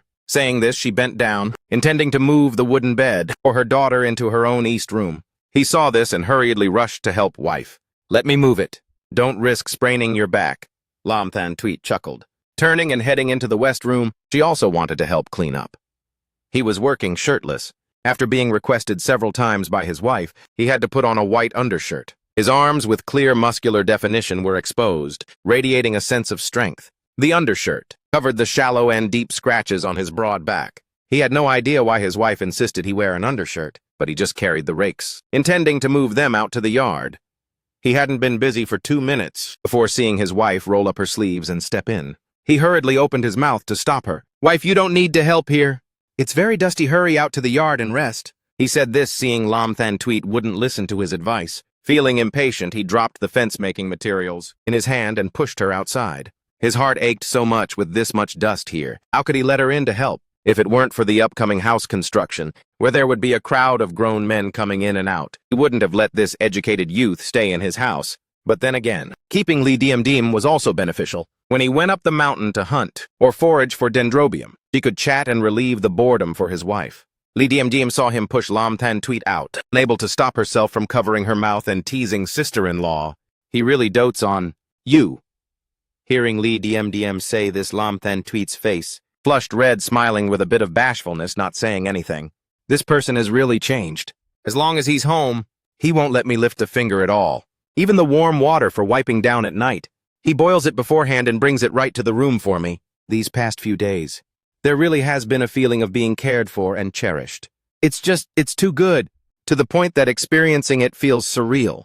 I'm even trembling in fear. Lam Than Tweet is just afraid he'll lose interest and return to how he was before, making her feel anxious every day, living in a state of being grateful if it lasts her spirits. Now every day are in a state of high tension, greedy hope that these good days can last just a little longer. A large hand grabbed her slender ankle, while the other hand reached as if to take off her shoes. This action made Lam Than Tweet stop the sewing in her hands. She looked up at the man squatting in front of her, asking, "What are you doing?"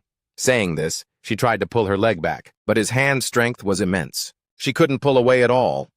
His palm, rough and burning, rubbed against the skin on her ankle, making her feel a bit ticklish. Having previously understood his personality now, she found it a bit unpredictable what he was actually thinking. He lowered his head, not stopping his movements, taking off the cloth shoes from his wife's feet, lowering his voice to say, "Wife, you've been tired all day. Let me soak your feet for you," to ease the exhaustion. Seeing she couldn't escape, Lam Than Tweet decisively gave up on struggling, her eyes slightly lowered, quietly watching the man before her, letting him take off the shoes from her feet.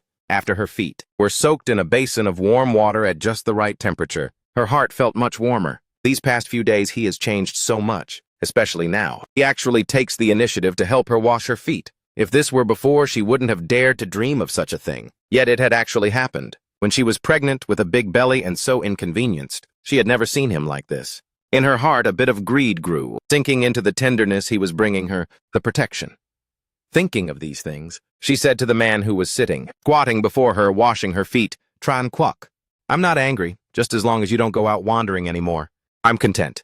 Fair fingers wove into his short hair, the soft fingertips gently stroking and massaging. Hearing her words, he said nothing, silently massaging his wife's fair feet. After washing, feeling the water wasn't very warm anymore, he lifted her feet out, placing them on his lap, tucking the soaking wet feet under his shirt, then reached out to take the towel hanging from his shoulder, taking her feet out from under the shirt to wipe the water droplets away, before bending down to scoop the person from the chair, walking over and placing her on the bed. It's very late, don't fuss with the tea anymore, or it'll hurt your eyes. Saying that, he also stepped onto the bed. Wife, I know I was a scumbag before, doing many things I shouldn't have to you. I don't expect you to forgive me immediately, but you have to give me a chance to make amends. Can you trust me? These words of his caused Lam Than Tweet's stiff body to gradually loosen. Around her nose there was only the breath, warm from his body, blended with his refreshing masculine hormones, making Lam Than Tweet's heart feel warm. After a long while, she replied with a sound too soft to hear, I know. Her voice was too small to distinguish, but he had heard it. Early the next morning, before dawn, he woke up and departed for town. He didn't make it to the earliest bus to the city this time. He didn't take the dendrobium to the same pharmacy to sell, these treasures like deer antlers to sell, to the same pharmacy too often. He was afraid of being eyed by those with ill intentions, so he chose to go to another store. After the person in charge of the pharmacy saw the items he wanted to sell, he could confirm this was indeed the young man who had sold the big order recently. He greeted him warmly, leading him into a private room, looking carefully at everything he'd brought. There was no problem, although he didn't know why he frequently had such a source of goods. Having heard about him, he didn't squeeze the price. He also didn't expect this would go so smoothly. Counting the thick stack of bills in his hand, after confirming the amount was correct, he tucked them into his space bag and headed to the state-run department store, entering with the intent to choose some nutritional gifts for his mother-in-law, only to unexpectedly run into a major benefactor from his past life, Secretary Vuong. Barley milk powder. It's just strange why he would appear in this small district. He looked very young, at the peak of his talent. Recalling some old stories from the past life, not even 15 years later, this person would enter the city and be promoted to the top leader. He had originally intended to step up and greet him, but in this lifetime, the two hadn't met yet, and neither side knew each other. Suddenly stepping forward to greet him would be very strange. Thinking it over, he let it go. If there was fate, he would meet him again in the city. After all, looking at the future development, he would also choose this city. That was the place he had lived for over a decade in his past life. He chose his items, and just as he was carrying them to leave, he heard a commotion from Secretary Vuong's direction, with a circle of people watching the spectacle. He stopped, turned around, and headed that way. The counter clerk was pulling the sleeve of Vuong, Tanquin, who was wearing a yellow coat, shouting loudly. I said, why are you so unreasonable? You break something, you have to pay the price. You want to leave without paying? Vuong Tanquan had turned around, and his clothes had snagged on the counter, causing a plum blossom watch inside to fall to the ground. He was a man of education. Seeing the aggressive attitude of the counter clerk, his face flushed explanation. Female comrade, the money I have on me isn't enough. My car is right outside. I'll go out to get money to bring back to you. This is my official work permit. I'll leave my work permit with you for now. The counter clerk took his papers, took one look, and looked at him with contempt. You're using a fake document here to cheat whom? If you walk out of this main gate and run off, who do I go to find for reasoning? You want me to personally pay for it? Saying that, she casually threw the papers on the ground. He bent down to pick up the work permit from the floor, handing it to Vuong Tanquan, eyes looking toward the counter clerk, asking, how much is it? I'll pay for him. The counter clerk appraised him from top to bottom, smiling with extreme disdain. Do you know how much money this is? This bumpkin dares to just sprout nonsense? A total of 127 dong and 5 cents. This, saying that, she reached out her hand. He didn't say 2 words, fishing from his pocket a stack of bills and handing it to the counter clerk. Change the money. Looking at the money in her hand, the transaction clerk had a look of astonishment, counting and recounting before nodding. All right, comrade, wait a moment. The crowd, seeing there was no more fun to watch, let out a chorus of jeers and dispersed in a flash. Vuong Tanquan pushed his glasses up on the bridge of his eyes, looking at the man a head taller than him. Just now, with so many people watching, no one was willing to help say a word. Yet this person helped him clear the situation without a second thought. Looking at his attire, he didn't look like someone with money, and this amount of money to him was definitely not a small figure. Thinking of this, Vuong Tanquan was immensely grateful toward this stranger. Brother, there are still many good people in the world. Thank you for helping me clear that up just now. I have money in the car, it's parked right outside. I'll trouble you to come out with me to get it. He nodded, following Vuong Tan outside, sure enough seeing a black sedan parked by the road. In this era, driving a car already. It looks like the rumors about his deep, broad background are true. Vuong Tan opened the car door, took the bag from the car, counted the money, and handed it to him. Brother, thank you again. Where are you going? Let me take you there. He took the money, not even counting it, and stuffed it straight into his pocket. Thinking he was carrying so much stuff, riding the bus truly wasn't as convenient as his car, so he wasn't polite with him. Then I'll trouble you.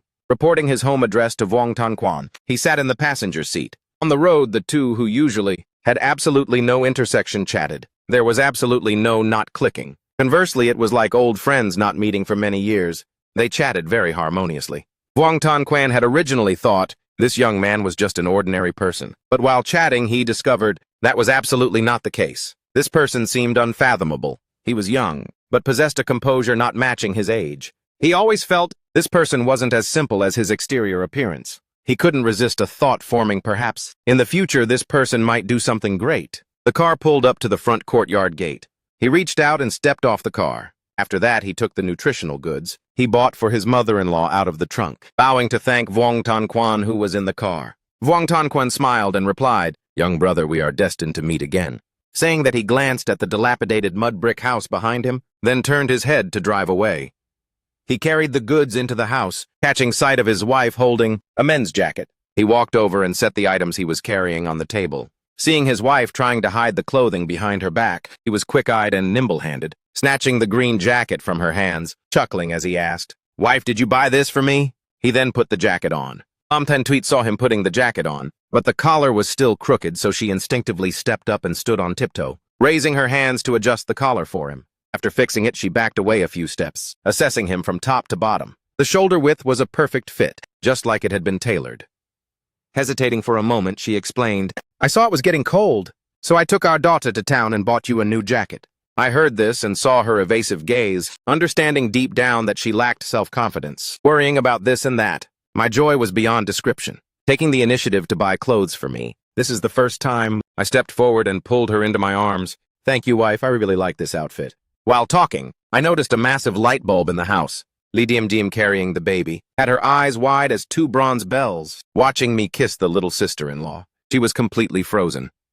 A huge person standing in the house. How could I have missed her? At this moment, having just seen something she shouldn't have. Would she get a sty on her eye? I don't know when I'll be able to go back to the city and kiss my own lover. Lost in thought, she blushed, forcing an awkward smile, hurriedly carrying the baby into her west room. Tan was left breathless by my kiss, softly leaning against my firm chest, listening to my strong heartbeat, asking in a soft voice, "Have you eaten? Are you hungry? I'll go cook for you."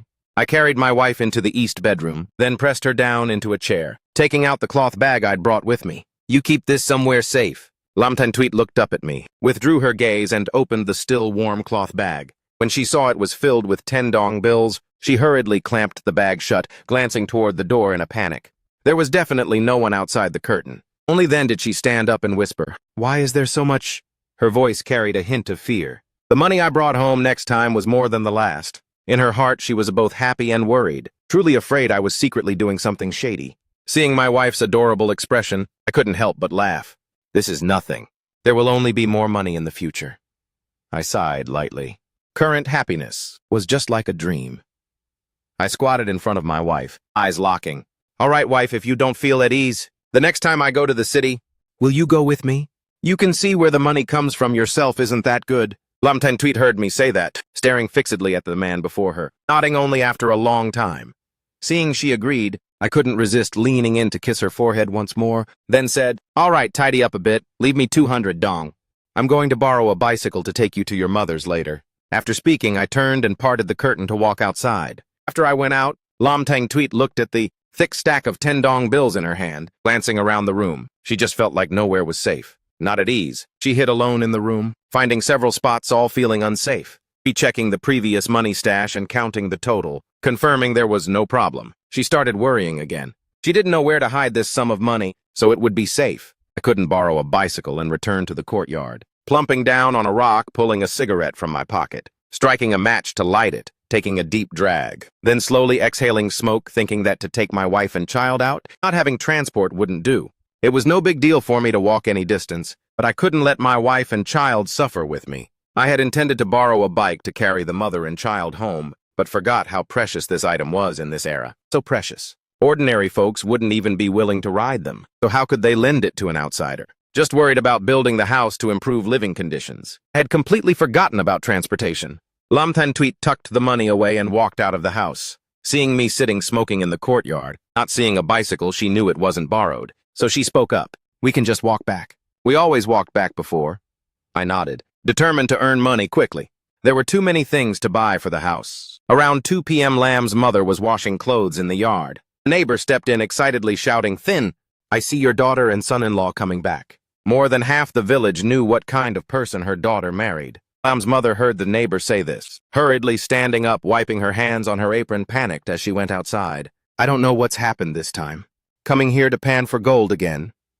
She reached the gate, seeing her daughter and son-in-law walking toward her house. She didn't understand why these two were coming back together today, and she saw her son-in-law carrying all sorts of large and small bags. She went out to meet them feeling uneasy, first observing her daughter minutely, seeing she was wearing a brand new outfit, a radiant smile on her innocent fair face, completely different from her previous sorrowful look. The heart that was choking her throat only now seemed to drop back down. Seeing her son-in-law carrying barley milk, canned fruit, and a huge chunk of meat, along with a wild goose and many duck eggs, one could tell it cost quite a bit. Thinking of his household situation, she couldn't help but reproach them. "Coming home is enough, why bring so many things?" While speaking, she hurriedly took the child from her daughter's arms. A faint smile appeared on Lam Thanh Tweet's face, but she didn't speak. Previously, every time she came, she would go empty-handed and return empty-handed. This was the first time since marriage that she had brought things home to her mother's. Throughout the entire journey, although she said nothing, she was truly happy beyond words. He looked at his mother-in-law, respectfully offering a greeting. Lam's mother was frightened by his greeting, awkwardly forcing a smile, hurriedly inviting the two inside. Neighbors nearby gathered to watch the commotion, seeing the changes in the two. Initially, they all couldn't believe their eyes. This couple didn't look bad at all, and now that they were wearing these clothes, those who didn't know would think they were rich city folks visiting relatives in the countryside. But as neighbors, they knew best that their household was dirt poor, and life was a struggle. Lam's mother led her son-in-law and daughter inside. She saw the stunned expression on the neighbors' faces just now very clearly. She was incredibly proud. She finally got to hold her head high for once. Her daughter hadn't lived well after getting married, and she had been mocked by others many times. Now she could finally hold her head high. Seeing her daughter's attire, no longer the old, ragged clothes that didn't fit as before, but brand new garments, wearing rubber-soled shoes on her feet, one could tell at a glance it was high-end gear. Then looking at the son-in-law who no longer had that hurried, stingy look. Now every move he made exuded maturity, as if he had turned into a different person. She could almost not recognize him. No wonder her daughter said he had changed. Looks like he had truly improved. Lam Thanh Tweet sat down and asked, "Mom?" Lam's mother looked down at the baby, smoothing its clothes, chuckling. "He's taking it to town, he should be back soon." No sooner had she finished speaking than she saw Lam Min Luong leading a phoenix bicycle, dust-covered, returning. On the road, he heard the villagers say his sister had brought the baby home. He didn't know if his brother-in-law had caused trouble again. If not for the sake of himself, worrying whether he had gotten into trouble again. If it weren't for her, not marrying a pauper, relying only on the name of the man who saved Trio Tran Quok's life. Stowing away the bicycle, Quok walked into the house, and seeing him there, Lam Min Luong's face instantly darkened. Lam's mother saw the look on her son's face, understanding exactly what was going on, hurriedly mediating. "Son, Tran Quok bought a bunch of things to come visit Mom." Lam Min Luong glanced at the chaotic pile of items on the table, involuntarily scoffing coldly. He pulled up a stool, plumping down, suppressing the urge to scold his brother-in-law, but afraid of upsetting his elderly mother. He knew the scumbag things he had done before had filled his brother-in-law with resentment, so he didn't expect a friendly look. Therefore, with this attitude from Lam Min Luong, he wasn't surprised at all. At this moment, Trio Tio Yin carried her child inside, seeing her younger brother. A flicker of sorrow in her eyes, yet she still forced a smile. She didn't know why her brother was here this time.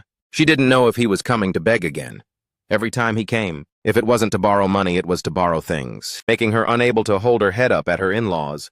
Although her husband had never been red-faced with her because of Tran Quok, that was exactly why she felt even more humiliated. She wanted to say that last time because of the money borrowing. He had even beaten her husband, but the words stuck in her throat.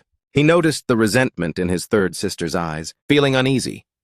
He knew clearly in his heart that for over 2 years because of himself, his third sister hadn't had it easy at her husband's house. Recalling his past life, after his wife took their daughter to jump in the river, the family had all cut ties with him, except for his third sister, who when he left secretly shoved 20 dong to him, along with some hot-boiled eggs. So when he became successful, fearing his third sister would be troubled on his account at her husband's, he didn't dare contact her. Later hearing from a fellow villager that his brother-in-law and sister wanted to run a small business, he bought the plot they were eyeing, then rented it back to them for dirt cheap. In an instant, the house fell into silence. Lam Thanh Tweet also realized the atmosphere was a bit off. For over 2 years, the house had indeed managed to scrape by thanks to her parents' help. She reached into her pocket, pulling out a stack of 10 dong bills. Before this, she hadn't known why he told her to keep this money, but on the way, he had already told her. This 200 dong was to pay back her mother and brother. Lam's mother, hearing this, was very surprised. This guy previously borrowed money like a meat bun, thrown at a dog gone forever, never thinking he could pay back what he'd borrowed. She only hoped he'd cause less trouble that would be good enough. This is what Tran Quoc told me to give you, Mom, Lam Thanh Tweet said, shoving the money into her mother's pocket. Lam's mother, seeing so much money, was panicked inwardly, hurriedly using the hand carrying the baby to shove the money back to her daughter. Hurry and put it away. Why carry so much money? What if you lose it? Her tone carried a bit of reproach. He didn't expect the mother-in-law's reaction to be so strong, hurriedly opening his mouth to say, Mom, you must take this money. Before it was because I was ignorant. From now on, Thantan and I will live well together. If you don't take this money, I won't be at peace. Lam's mother's pupils shook slightly, not understanding that in these few short days, what on earth had happened that could make a person turn over a new leaf. Her eyes looked toward her daughter, seeing her smile and signal for her to take the money. Only then did she nervously stash it away. Mom will keep it safe for you two first. Come get it whenever you need, Lam's mother said. Lam Min Luang looked at him, also very confused, muttering inwardly, then looked at his sister, dressed gorgeously, her eyes also sparkling with light, no longer looking lifeless. If sister has said so, then I'll believe him one more time. So he turned his head to instruct his wife Yen Yi, go make some appetizers. Lam Thanh Tweet, hearing he wanted to drink, was instantly anxious. Younger brother, we have to go back soon. With so much money in the house, left unguarded, my heart isn't at peace. But also she was very afraid he would drink too much and have another drunken episode. Lam Min Luang waved it off. It's okay, let's just drink a little. I won't hold you up from going home. Lam Thanh Tweet saw she couldn't convince her brother, so she glared at him, hoping he wouldn't drink anymore. He caught his wife's signal, grinning to reveal his pearly white teeth. It's okay, wife, rest 100% assured. I know my limits with alcohol. Lam Thanh Tweet heard, feeling a bit unhappy, glared at him, then took the nephew from her sister-in-law's arms, sitting to the side as if sulking, not saying another word. Tiu Tiu Yin got busy setting up a table for them in the yard, bringing out the white liquor her husband had hidden. The two men didn't say a single useless word, pouring the drink and finishing each bowl in one go. Lam Thanh Tweet sat in the living room, carrying her little nephew, her mind wandering, restless occasionally glancing outside. Seeing her brother and him drinking like that, she couldn't sit still. Lam's mother took in every gesture of her daughter, seeing how she cared for him. It looked like the young couple had been living very well. Seeing her like that, she was truly relieved. The two big men in the yard, after a bowl of liquor hit their stomachs, conversation started to flow. Lam Min Luang exhaled the scent of heavy liquor, his cheeks flushed unusually red, his eyes also a bit glazed. He raised a hand to drape over his shoulder and said, Brother-in-law, today for my sister's sake, I'm willing to sit here and drink with you. All the unpleasant things before, I won't bring up again. I only hope that from now on you treat my sister really well. Otherwise, even if I have to risk this life, I won't let you off. The siblings of the Lam family had a very deep bond. In the past life, after Lam Thanh Tweet jumped into the river, Lam Min Luang had beaten him half to death. If it weren't for Lam's mother stepping in, fearing her son would have to go to prison, the brother-in-law would have beaten him to death to avenge his sister. He nodded, saying nothing, picking up his bowl, tossing back 200 grams of liquor in one gulp. The alcohol was extremely fiery, flowing down his throat, burning his insides. Lam Thanh Tweet couldn't sit still anymore, carrying the baby and heading out, shouting toward him, Are you going to go home? As soon as he heard his wife, he hurriedly put the bowl down, his handsome face breaking into a smile. No more drinking, a little alcohol is nothing to me. Not knowing if it was because he was too happy or the alcohol was kicking in, he felt a bit dizzy. Lam Thanh Tweet walked up and pulled him, revealing a black, barely noticeable bruise on her slender arm. Lam Min Luang's attention was drawn, his eyes instantly turned sharp, an indescribable anger surging in his heart. He stood up, shattered the alcohol bowl, and grabbed his collar, angrily questioning, What did you do to my sister? What's this wound on her arm? And you still claimed you had changed. I see it's true that a dog can't stop eating poop. Changed my ass. He was caught completely off guard by this unexpected questioning. Lam Minlong, are you drunk? What are you going crazy for? His eyes looked toward Lam Than Tweet's wrist, only then suddenly realizing. He hurriedly explained, You've misunderstood. But he couldn't finish his sentence. It truly was his doing, but not as Lam Min Luong imagined. His stammering only made Lam Min Luong hold firmer to his guess. He wouldn't listen. He only believed what he saw. His sister Lam Than Tweet, who was always delicate, now on her wrist there was a wound like this. How could he not pity her? He swung his fist toward him, loudly berating, Scumbag, you dare bully my sister. He was hit, stumbling a few steps, nearly falling. His cheek was in agony, but he didn't fight back, only repeating, You really misunderstood. I didn't bully sister. You... Lam Than Tweet saw this and hurriedly stepped up to pull her brother back, anxiously explaining, You really misunderstood. This wound was caused by my own carelessness. It has nothing to do with him. Stop hitting him. Sis, if you're holding in any grievances, just say it. Worst case, get a divorce and come back. Our family has more than enough food to feed you. Even if you can't find a husband and end up an old maid, it's fine. Lin Qingshui was deeply touched, but this time her brother had truly misunderstood. She could only blush and whisper a few words into Zhao Xiaoyan's ear. After Zhao Xiaoyan finished listening, she looked at her in shock and then, under her firm gaze, stood on her tiptoes to whisper something into Lin Minliang's ear. After listening, Lin Minliang looked over at his sister, seeing her nod back at him. What Zhao Xiaoyan relayed didn't sound like a lie. Only then did he slowly let go of the MC's collar, but the anger in his heart hadn't completely dissipated yet. He was just forcing himself not to blow up anymore. As for Lin Minliang's misunderstanding, the MC actually found it quite normal. In his past life, he was an absolute bastard, who had beaten Lin Qingshui plenty of times, so he didn't fight back at all. Lin Qingshui looked at his bleeding corner of the mouth and felt a pang of heartache. She knew her younger brother did this out of a protective instinct for her, but she also knew the MC was innocent this time. She glared at him. If it weren't for him being so dramatic, how could her brother have misunderstood? After whispering with Zhao Xiaoyan for a long time, Lin Minliang still couldn't quite believe it. Doing that could actually injure an arm like that. But looking at his sister's bashful expression, it seemed to be true. Lin Minliang didn't want to apologize, only saying aggressively, If you dare hit my sister even once, just you wait. I will treat Qingshui well. The MC promised over and over. After this storm passed, Lin Minliang's attitude toward him also changed a little. How big of a scumbag was your brother-in-law before? Even dogs would tuck their tails and run upon seeing him. Yet when you hit him, he didn't even fight back, only lowering his gaze aggrievedly as he looked at your sister. On the way back, his mind felt rather excited. Bending his tall body down, he rested his chin on his wife's shoulder, occasionally repeating the call, Wife. Luckily, there weren't many people passing by on the road. Otherwise, Lin Qingshui would have died of embarrassment. She didn't know why this guy started acting up because of being drunk. In the past, after getting drunk, he used to be extremely violent. If even the slightest thing displeased him, he would abuse her. But now the man clinging onto her back acted incredibly needy. Every now and then he would tug her hand and lean into her ear to whisper. His alcoholic breath tickled her neck. As they neared the village, she stopped and told the man behind her, Stand up straight for me. Walk properly. Saying that she readjusted her daughter's position in her arms. She had carried her all the way back. Her arms were indeed a bit sore and tired. This guy kept insisting on carrying the baby, but he had been drinking. How could she dare let him? Even though his steps were very steady, it was pitch black outside, so she didn't dare take the risk. Scolded by his wife, the MC straightened his back and obediently followed behind her. The next day he brought his gear and prepared to head up the mountain. His main purpose for going up the mountain today was to test out his theory. A few days ago he had plucked a handful of wild celery, wanting to bring it home as seasoning. However, he discovered he couldn't put it into his storage space. At the time he thought the space was broken, but putting other things inside worked completely fine. Not daring to eat it, he took that handful of wild celery to the village clinic. The village doctor told him that it wasn't wild celery, but water hemlock.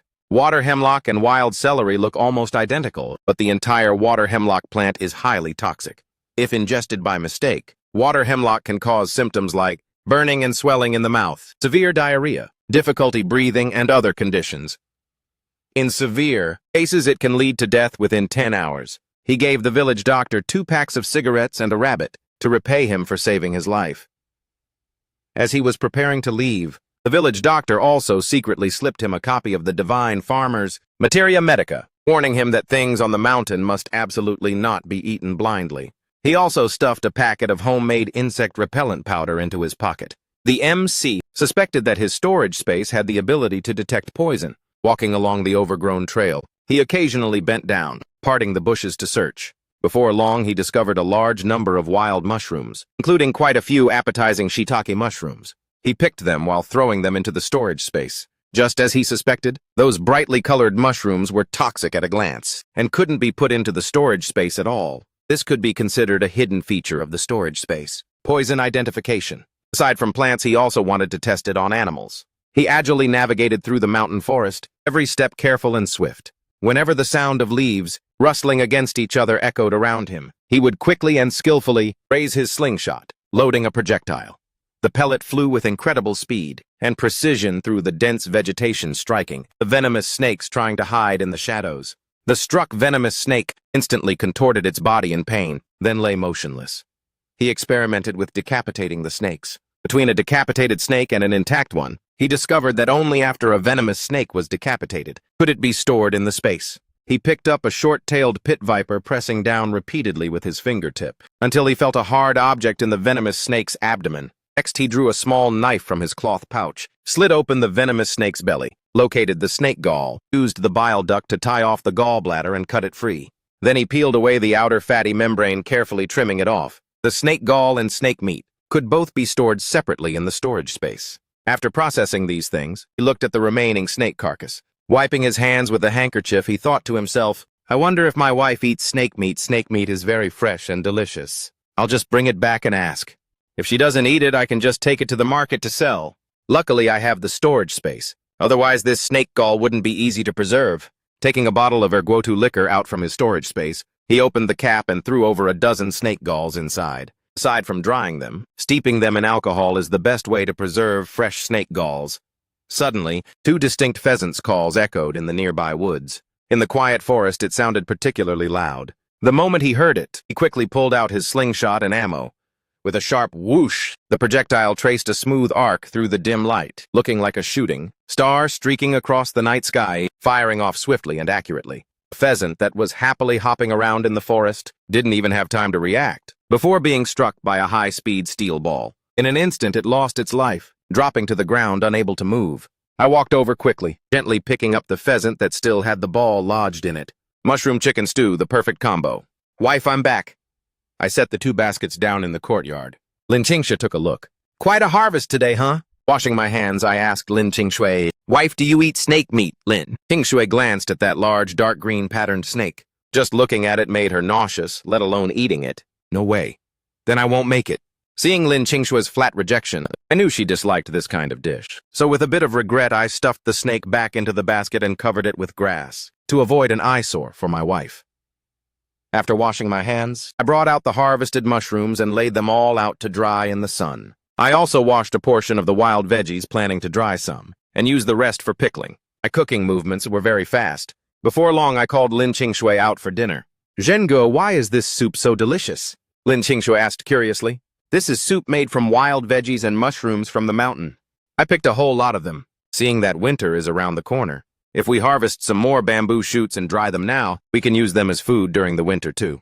"It really is delicious," Lin Qingshui praised, endlessly talking while grabbing food with her chopsticks. She actually couldn't eat that much. Eating one pancake and drinking a bowl of soup was already enough for her. However, these things can't be picked blindly. You know, some varieties are toxic. If someone who doesn't know eats them by mistake, it can cause fatal poisoning, the MC reminded. "Zhengo, how do you know so much?" Lin Qingshui asked curiously. "Must be the power of knowledge. Basically, I can tell whether it's toxic or not just by looking at it." Lin Qingshui didn't press further. Him being like this was very good, much better than before, and she liked it a lot. She really likes it. The next evening, he showered and put on clean clothes, leading Lam Than Tweet to the cousin's house. The man getting married was the son of his distant cousin. According to village tradition, the day before welcoming the new bride, they hosted a dinner for close relatives to eat together. The men sat at a separate table to drink, while the women sat at another to eat and chat. Fourth aunt carried a jar over to the women's table. "This is homemade fruit wine. The alcohol content is low, you won't get drunk. Everyone have a little bit." She spoke while offering a fawning smile, knowing full well he was a formidable character, who doted on his wife to the extreme, and terrified of offending her. Fourth aunt took the initiative, picking up the bowl before Lam Than Tweet, pouring her a bowl. Drink up Than Tweet, it's sweet. It's not spicy at all. Lam Than Tweet looked at the fruit wine bowl, lifting it to take a sniff. It had a faint, sweet, fragrant scent. She took a sip, though not exactly sweet. With a slight tang, the flavor was actually quite good. After swallowing it down, there was no sharp burning sensation. It was less like brewed wine and more like soda. At this moment, the Wang family's daughter-in-law beside her couldn't resist gathering the courage to whisper in Lam Than Tweet's ear, Than Tweet, "Keep an eye on your man, look at Tutu." The woman doesn't sit properly where she should, but keeps running over to the men's table, and she's sitting right next to your Tran Quoc too. She's acting so flirtatious. Lam Than Tweet followed her gaze, glancing sideways toward the men's table not far off, and saw Jiang Tuetue acting shy, pouring drinks for the group of men, looking like a fawning dog. She withdrew her gaze, smiling at fourth aunt beside her, saying nothing.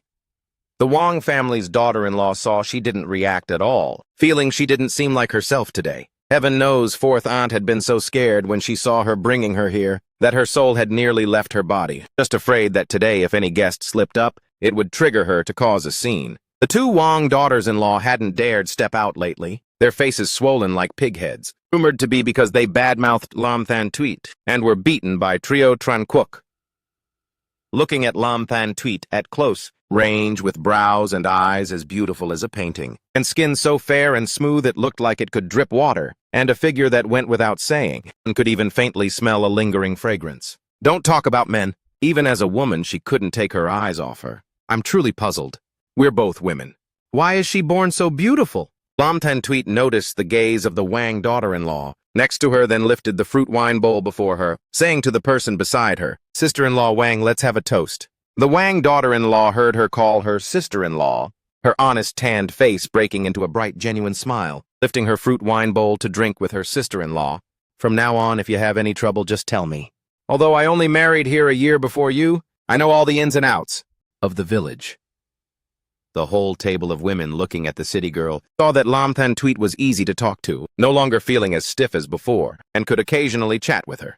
At the men's table, Jiang Tutu was sitting next to him, her leg under the table occasionally intentionally brushing against him. After realizing he was dodging and didn't even bother to cast a glance at her, she didn't believe he had no feelings for her. Jiang Tutu intentionally drank some wine, faking dizziness and unable to resist leaning against him. Although she was dodged by him every time without leaving a trace, the more he acted like that, the more unwilling she was to give up. When the banquet ended, the Wang wife saw Jiang Tuetue clinging to him and shouted, "Tran Quoc, come here quickly, your wife seems drunk." Hearing her words, he stood up and strode over, reaching out to receive her from the Wang wife, one arm wrapping around that slender waist, his eyes glancing at the wine bottle on the table before asking, "Did you let her drink alcohol?" The Wang wife laughed. "It's the fruit wine fourth aunt brewed, so I let her have a little.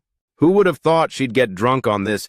At this moment, Lam Than Tweet, her body limp, leaning into his arms, her beautiful long phoenix eyes held the hazy look of drunkenness, her face flushed with red hair, black lips glossy and moist, gently opened her mouth and shouted at him, "Hug me," saying that her fair, slender arms wrapped around that firm waist with not an ounce of fat. This action of hers made the conservative women nearby all feel a bit embarrassed. He also didn't expect his drunk wife to be this adorable. Ignoring everything else, he scooped up the drunken person, taking steady steps out of the cousin's house. He had originally wanted to go to the eldest sister-in-law's house to pick up the child, but seeing his wife was this drunk, he had to give it up.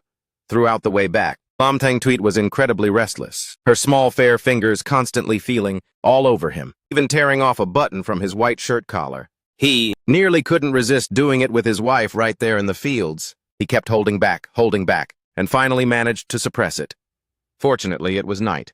It was pitch dark and no one was on the road. Carrying her into the house, he walked to the bedroom, bending down to place her on the bed, then squatted in the courtyard to keep watch, taking a cigarette from his pocket to light it, holding the cigarette in his mouth, head tilted back, taking a deep drag, then slowly exhaling smoke, thinking that taking his wife and child out without transportation wouldn't work. The next day, Lam Than Tweet was awakened by the sound of firecrackers. She propped herself up, eyes bleary with sleep, softly leaning against the headboard, recalling the drinking at the cousin's last night. Because the fruit wine was good, she had a bit too much, and didn't remember much after that. He, outside the bedroom, heard movement inside. Walking to the door, "Wife, are you up yet? Han Tuong's new bride is about to enter the village. After changing, I'll take you to see the new bride." Lam Than Tweet finished changing clothes in the bedroom, parted the curtain, and stepped out, asking Tran Quoc, Where is our baby? Letting the eldest sister-in-law look after her for so long isn't great, right?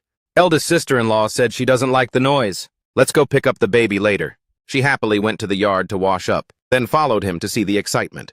At this moment, inside and out of Kan Tuong's little house, it was full of people, incredibly lively. As soon as he arrived, Jang Tuetue spotted him. At over 1.8 meters tall, he stood out in the crowd like a grain in a flock of chickens.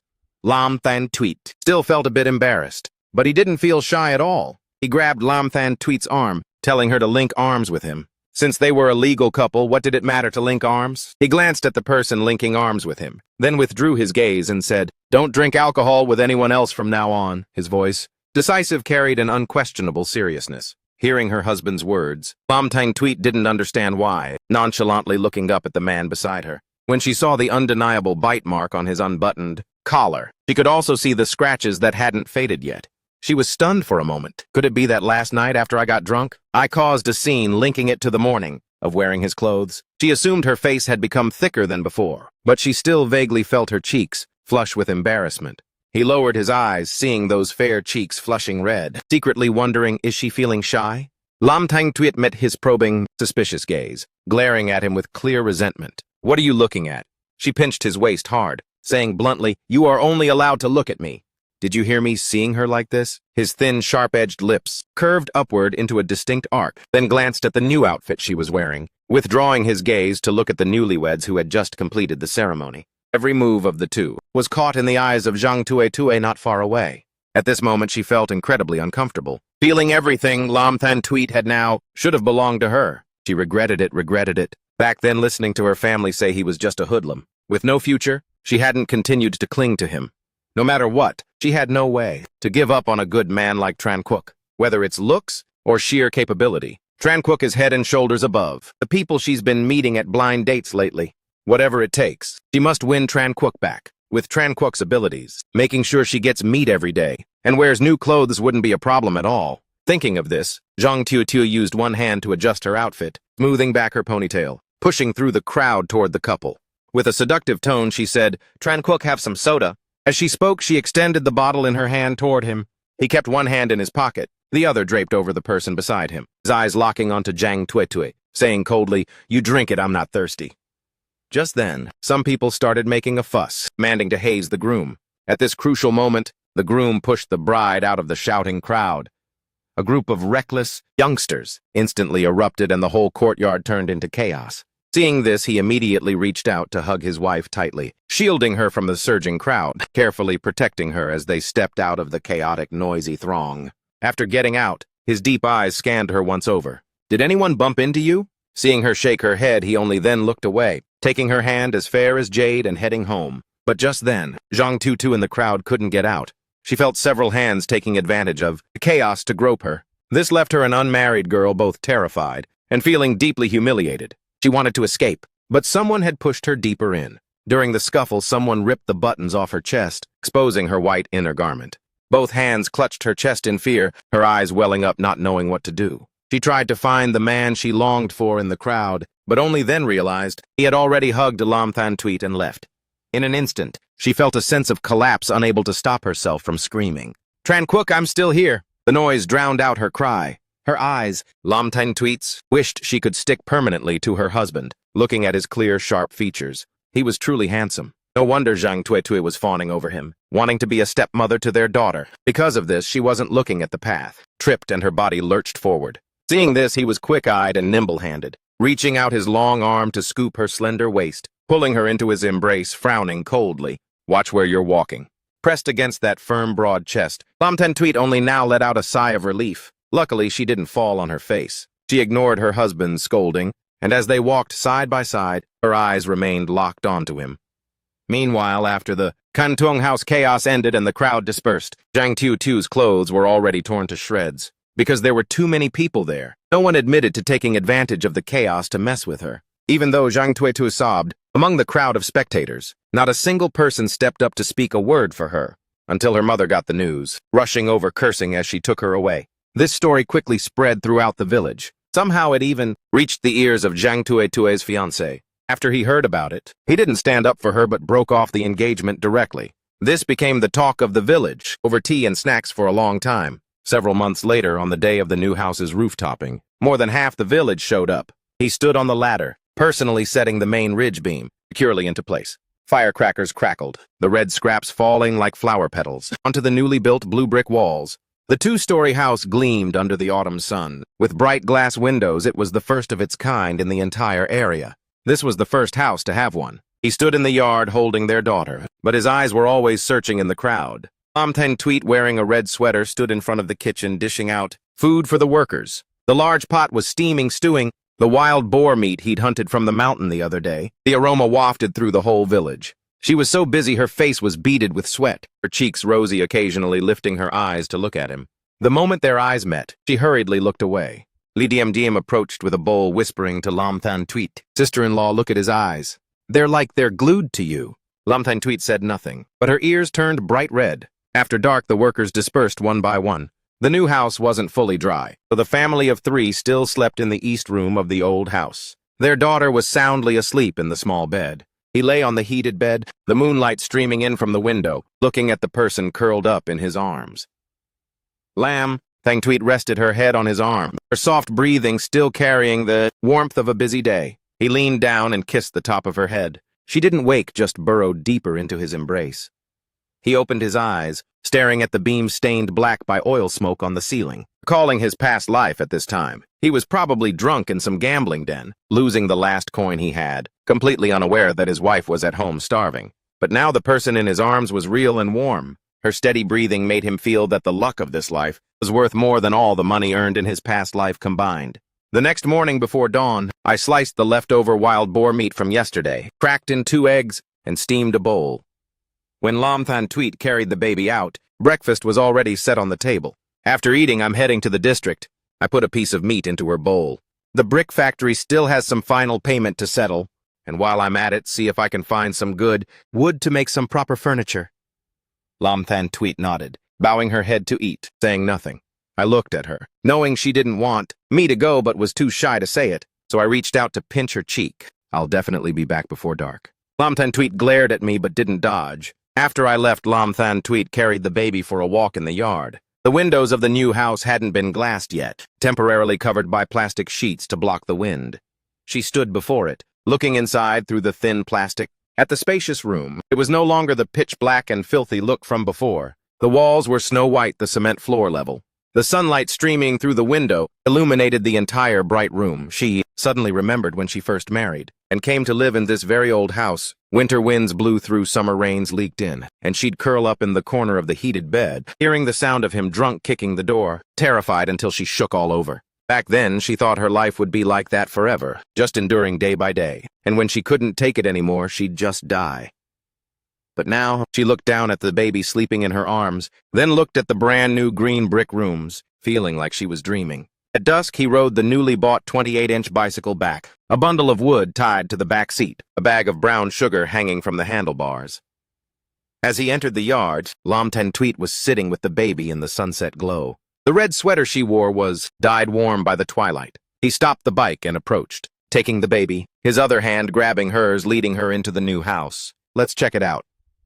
Pushing the wooden door of the new house open, the inside was nearly tidied up. In the center sat a newly purchased 8 Immortals table, ordered by him from town.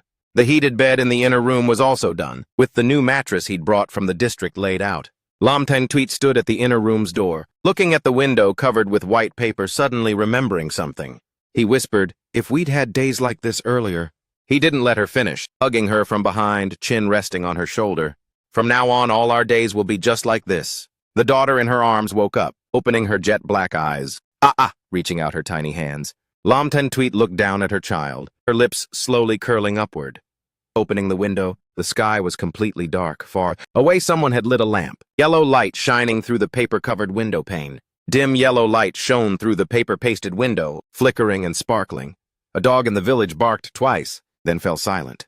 He pulled both his wife and child into his arms, listening to their breathing, feeling an incredibly strange sense of peace. In his past life, he had everything, except for them. In this life, he needed nothing else. Just having them was enough. Outside the door, footsteps echoed. It was Lee Diem returning from the neighbor's house, carefully knocking on the living room door. eldest brother, sister-in-law. I'm home! Lam Than Tweet pulled away from his embrace, blushing as she went to open the door. He stood still, watching her retreating back, suddenly calling out, "Wife!" She turned her head back, looking at him with suspicion. He chuckled, saying nothing. She glared at him, turning to greet Li Diem Diem. He carried his daughter standing before the new room's window, looking at the pitch-black night outside. The little one gurgled, her tiny hands scratching his face. He leaned down and kissed her soft face, gently whispering, "Little girl, our beautiful days are here."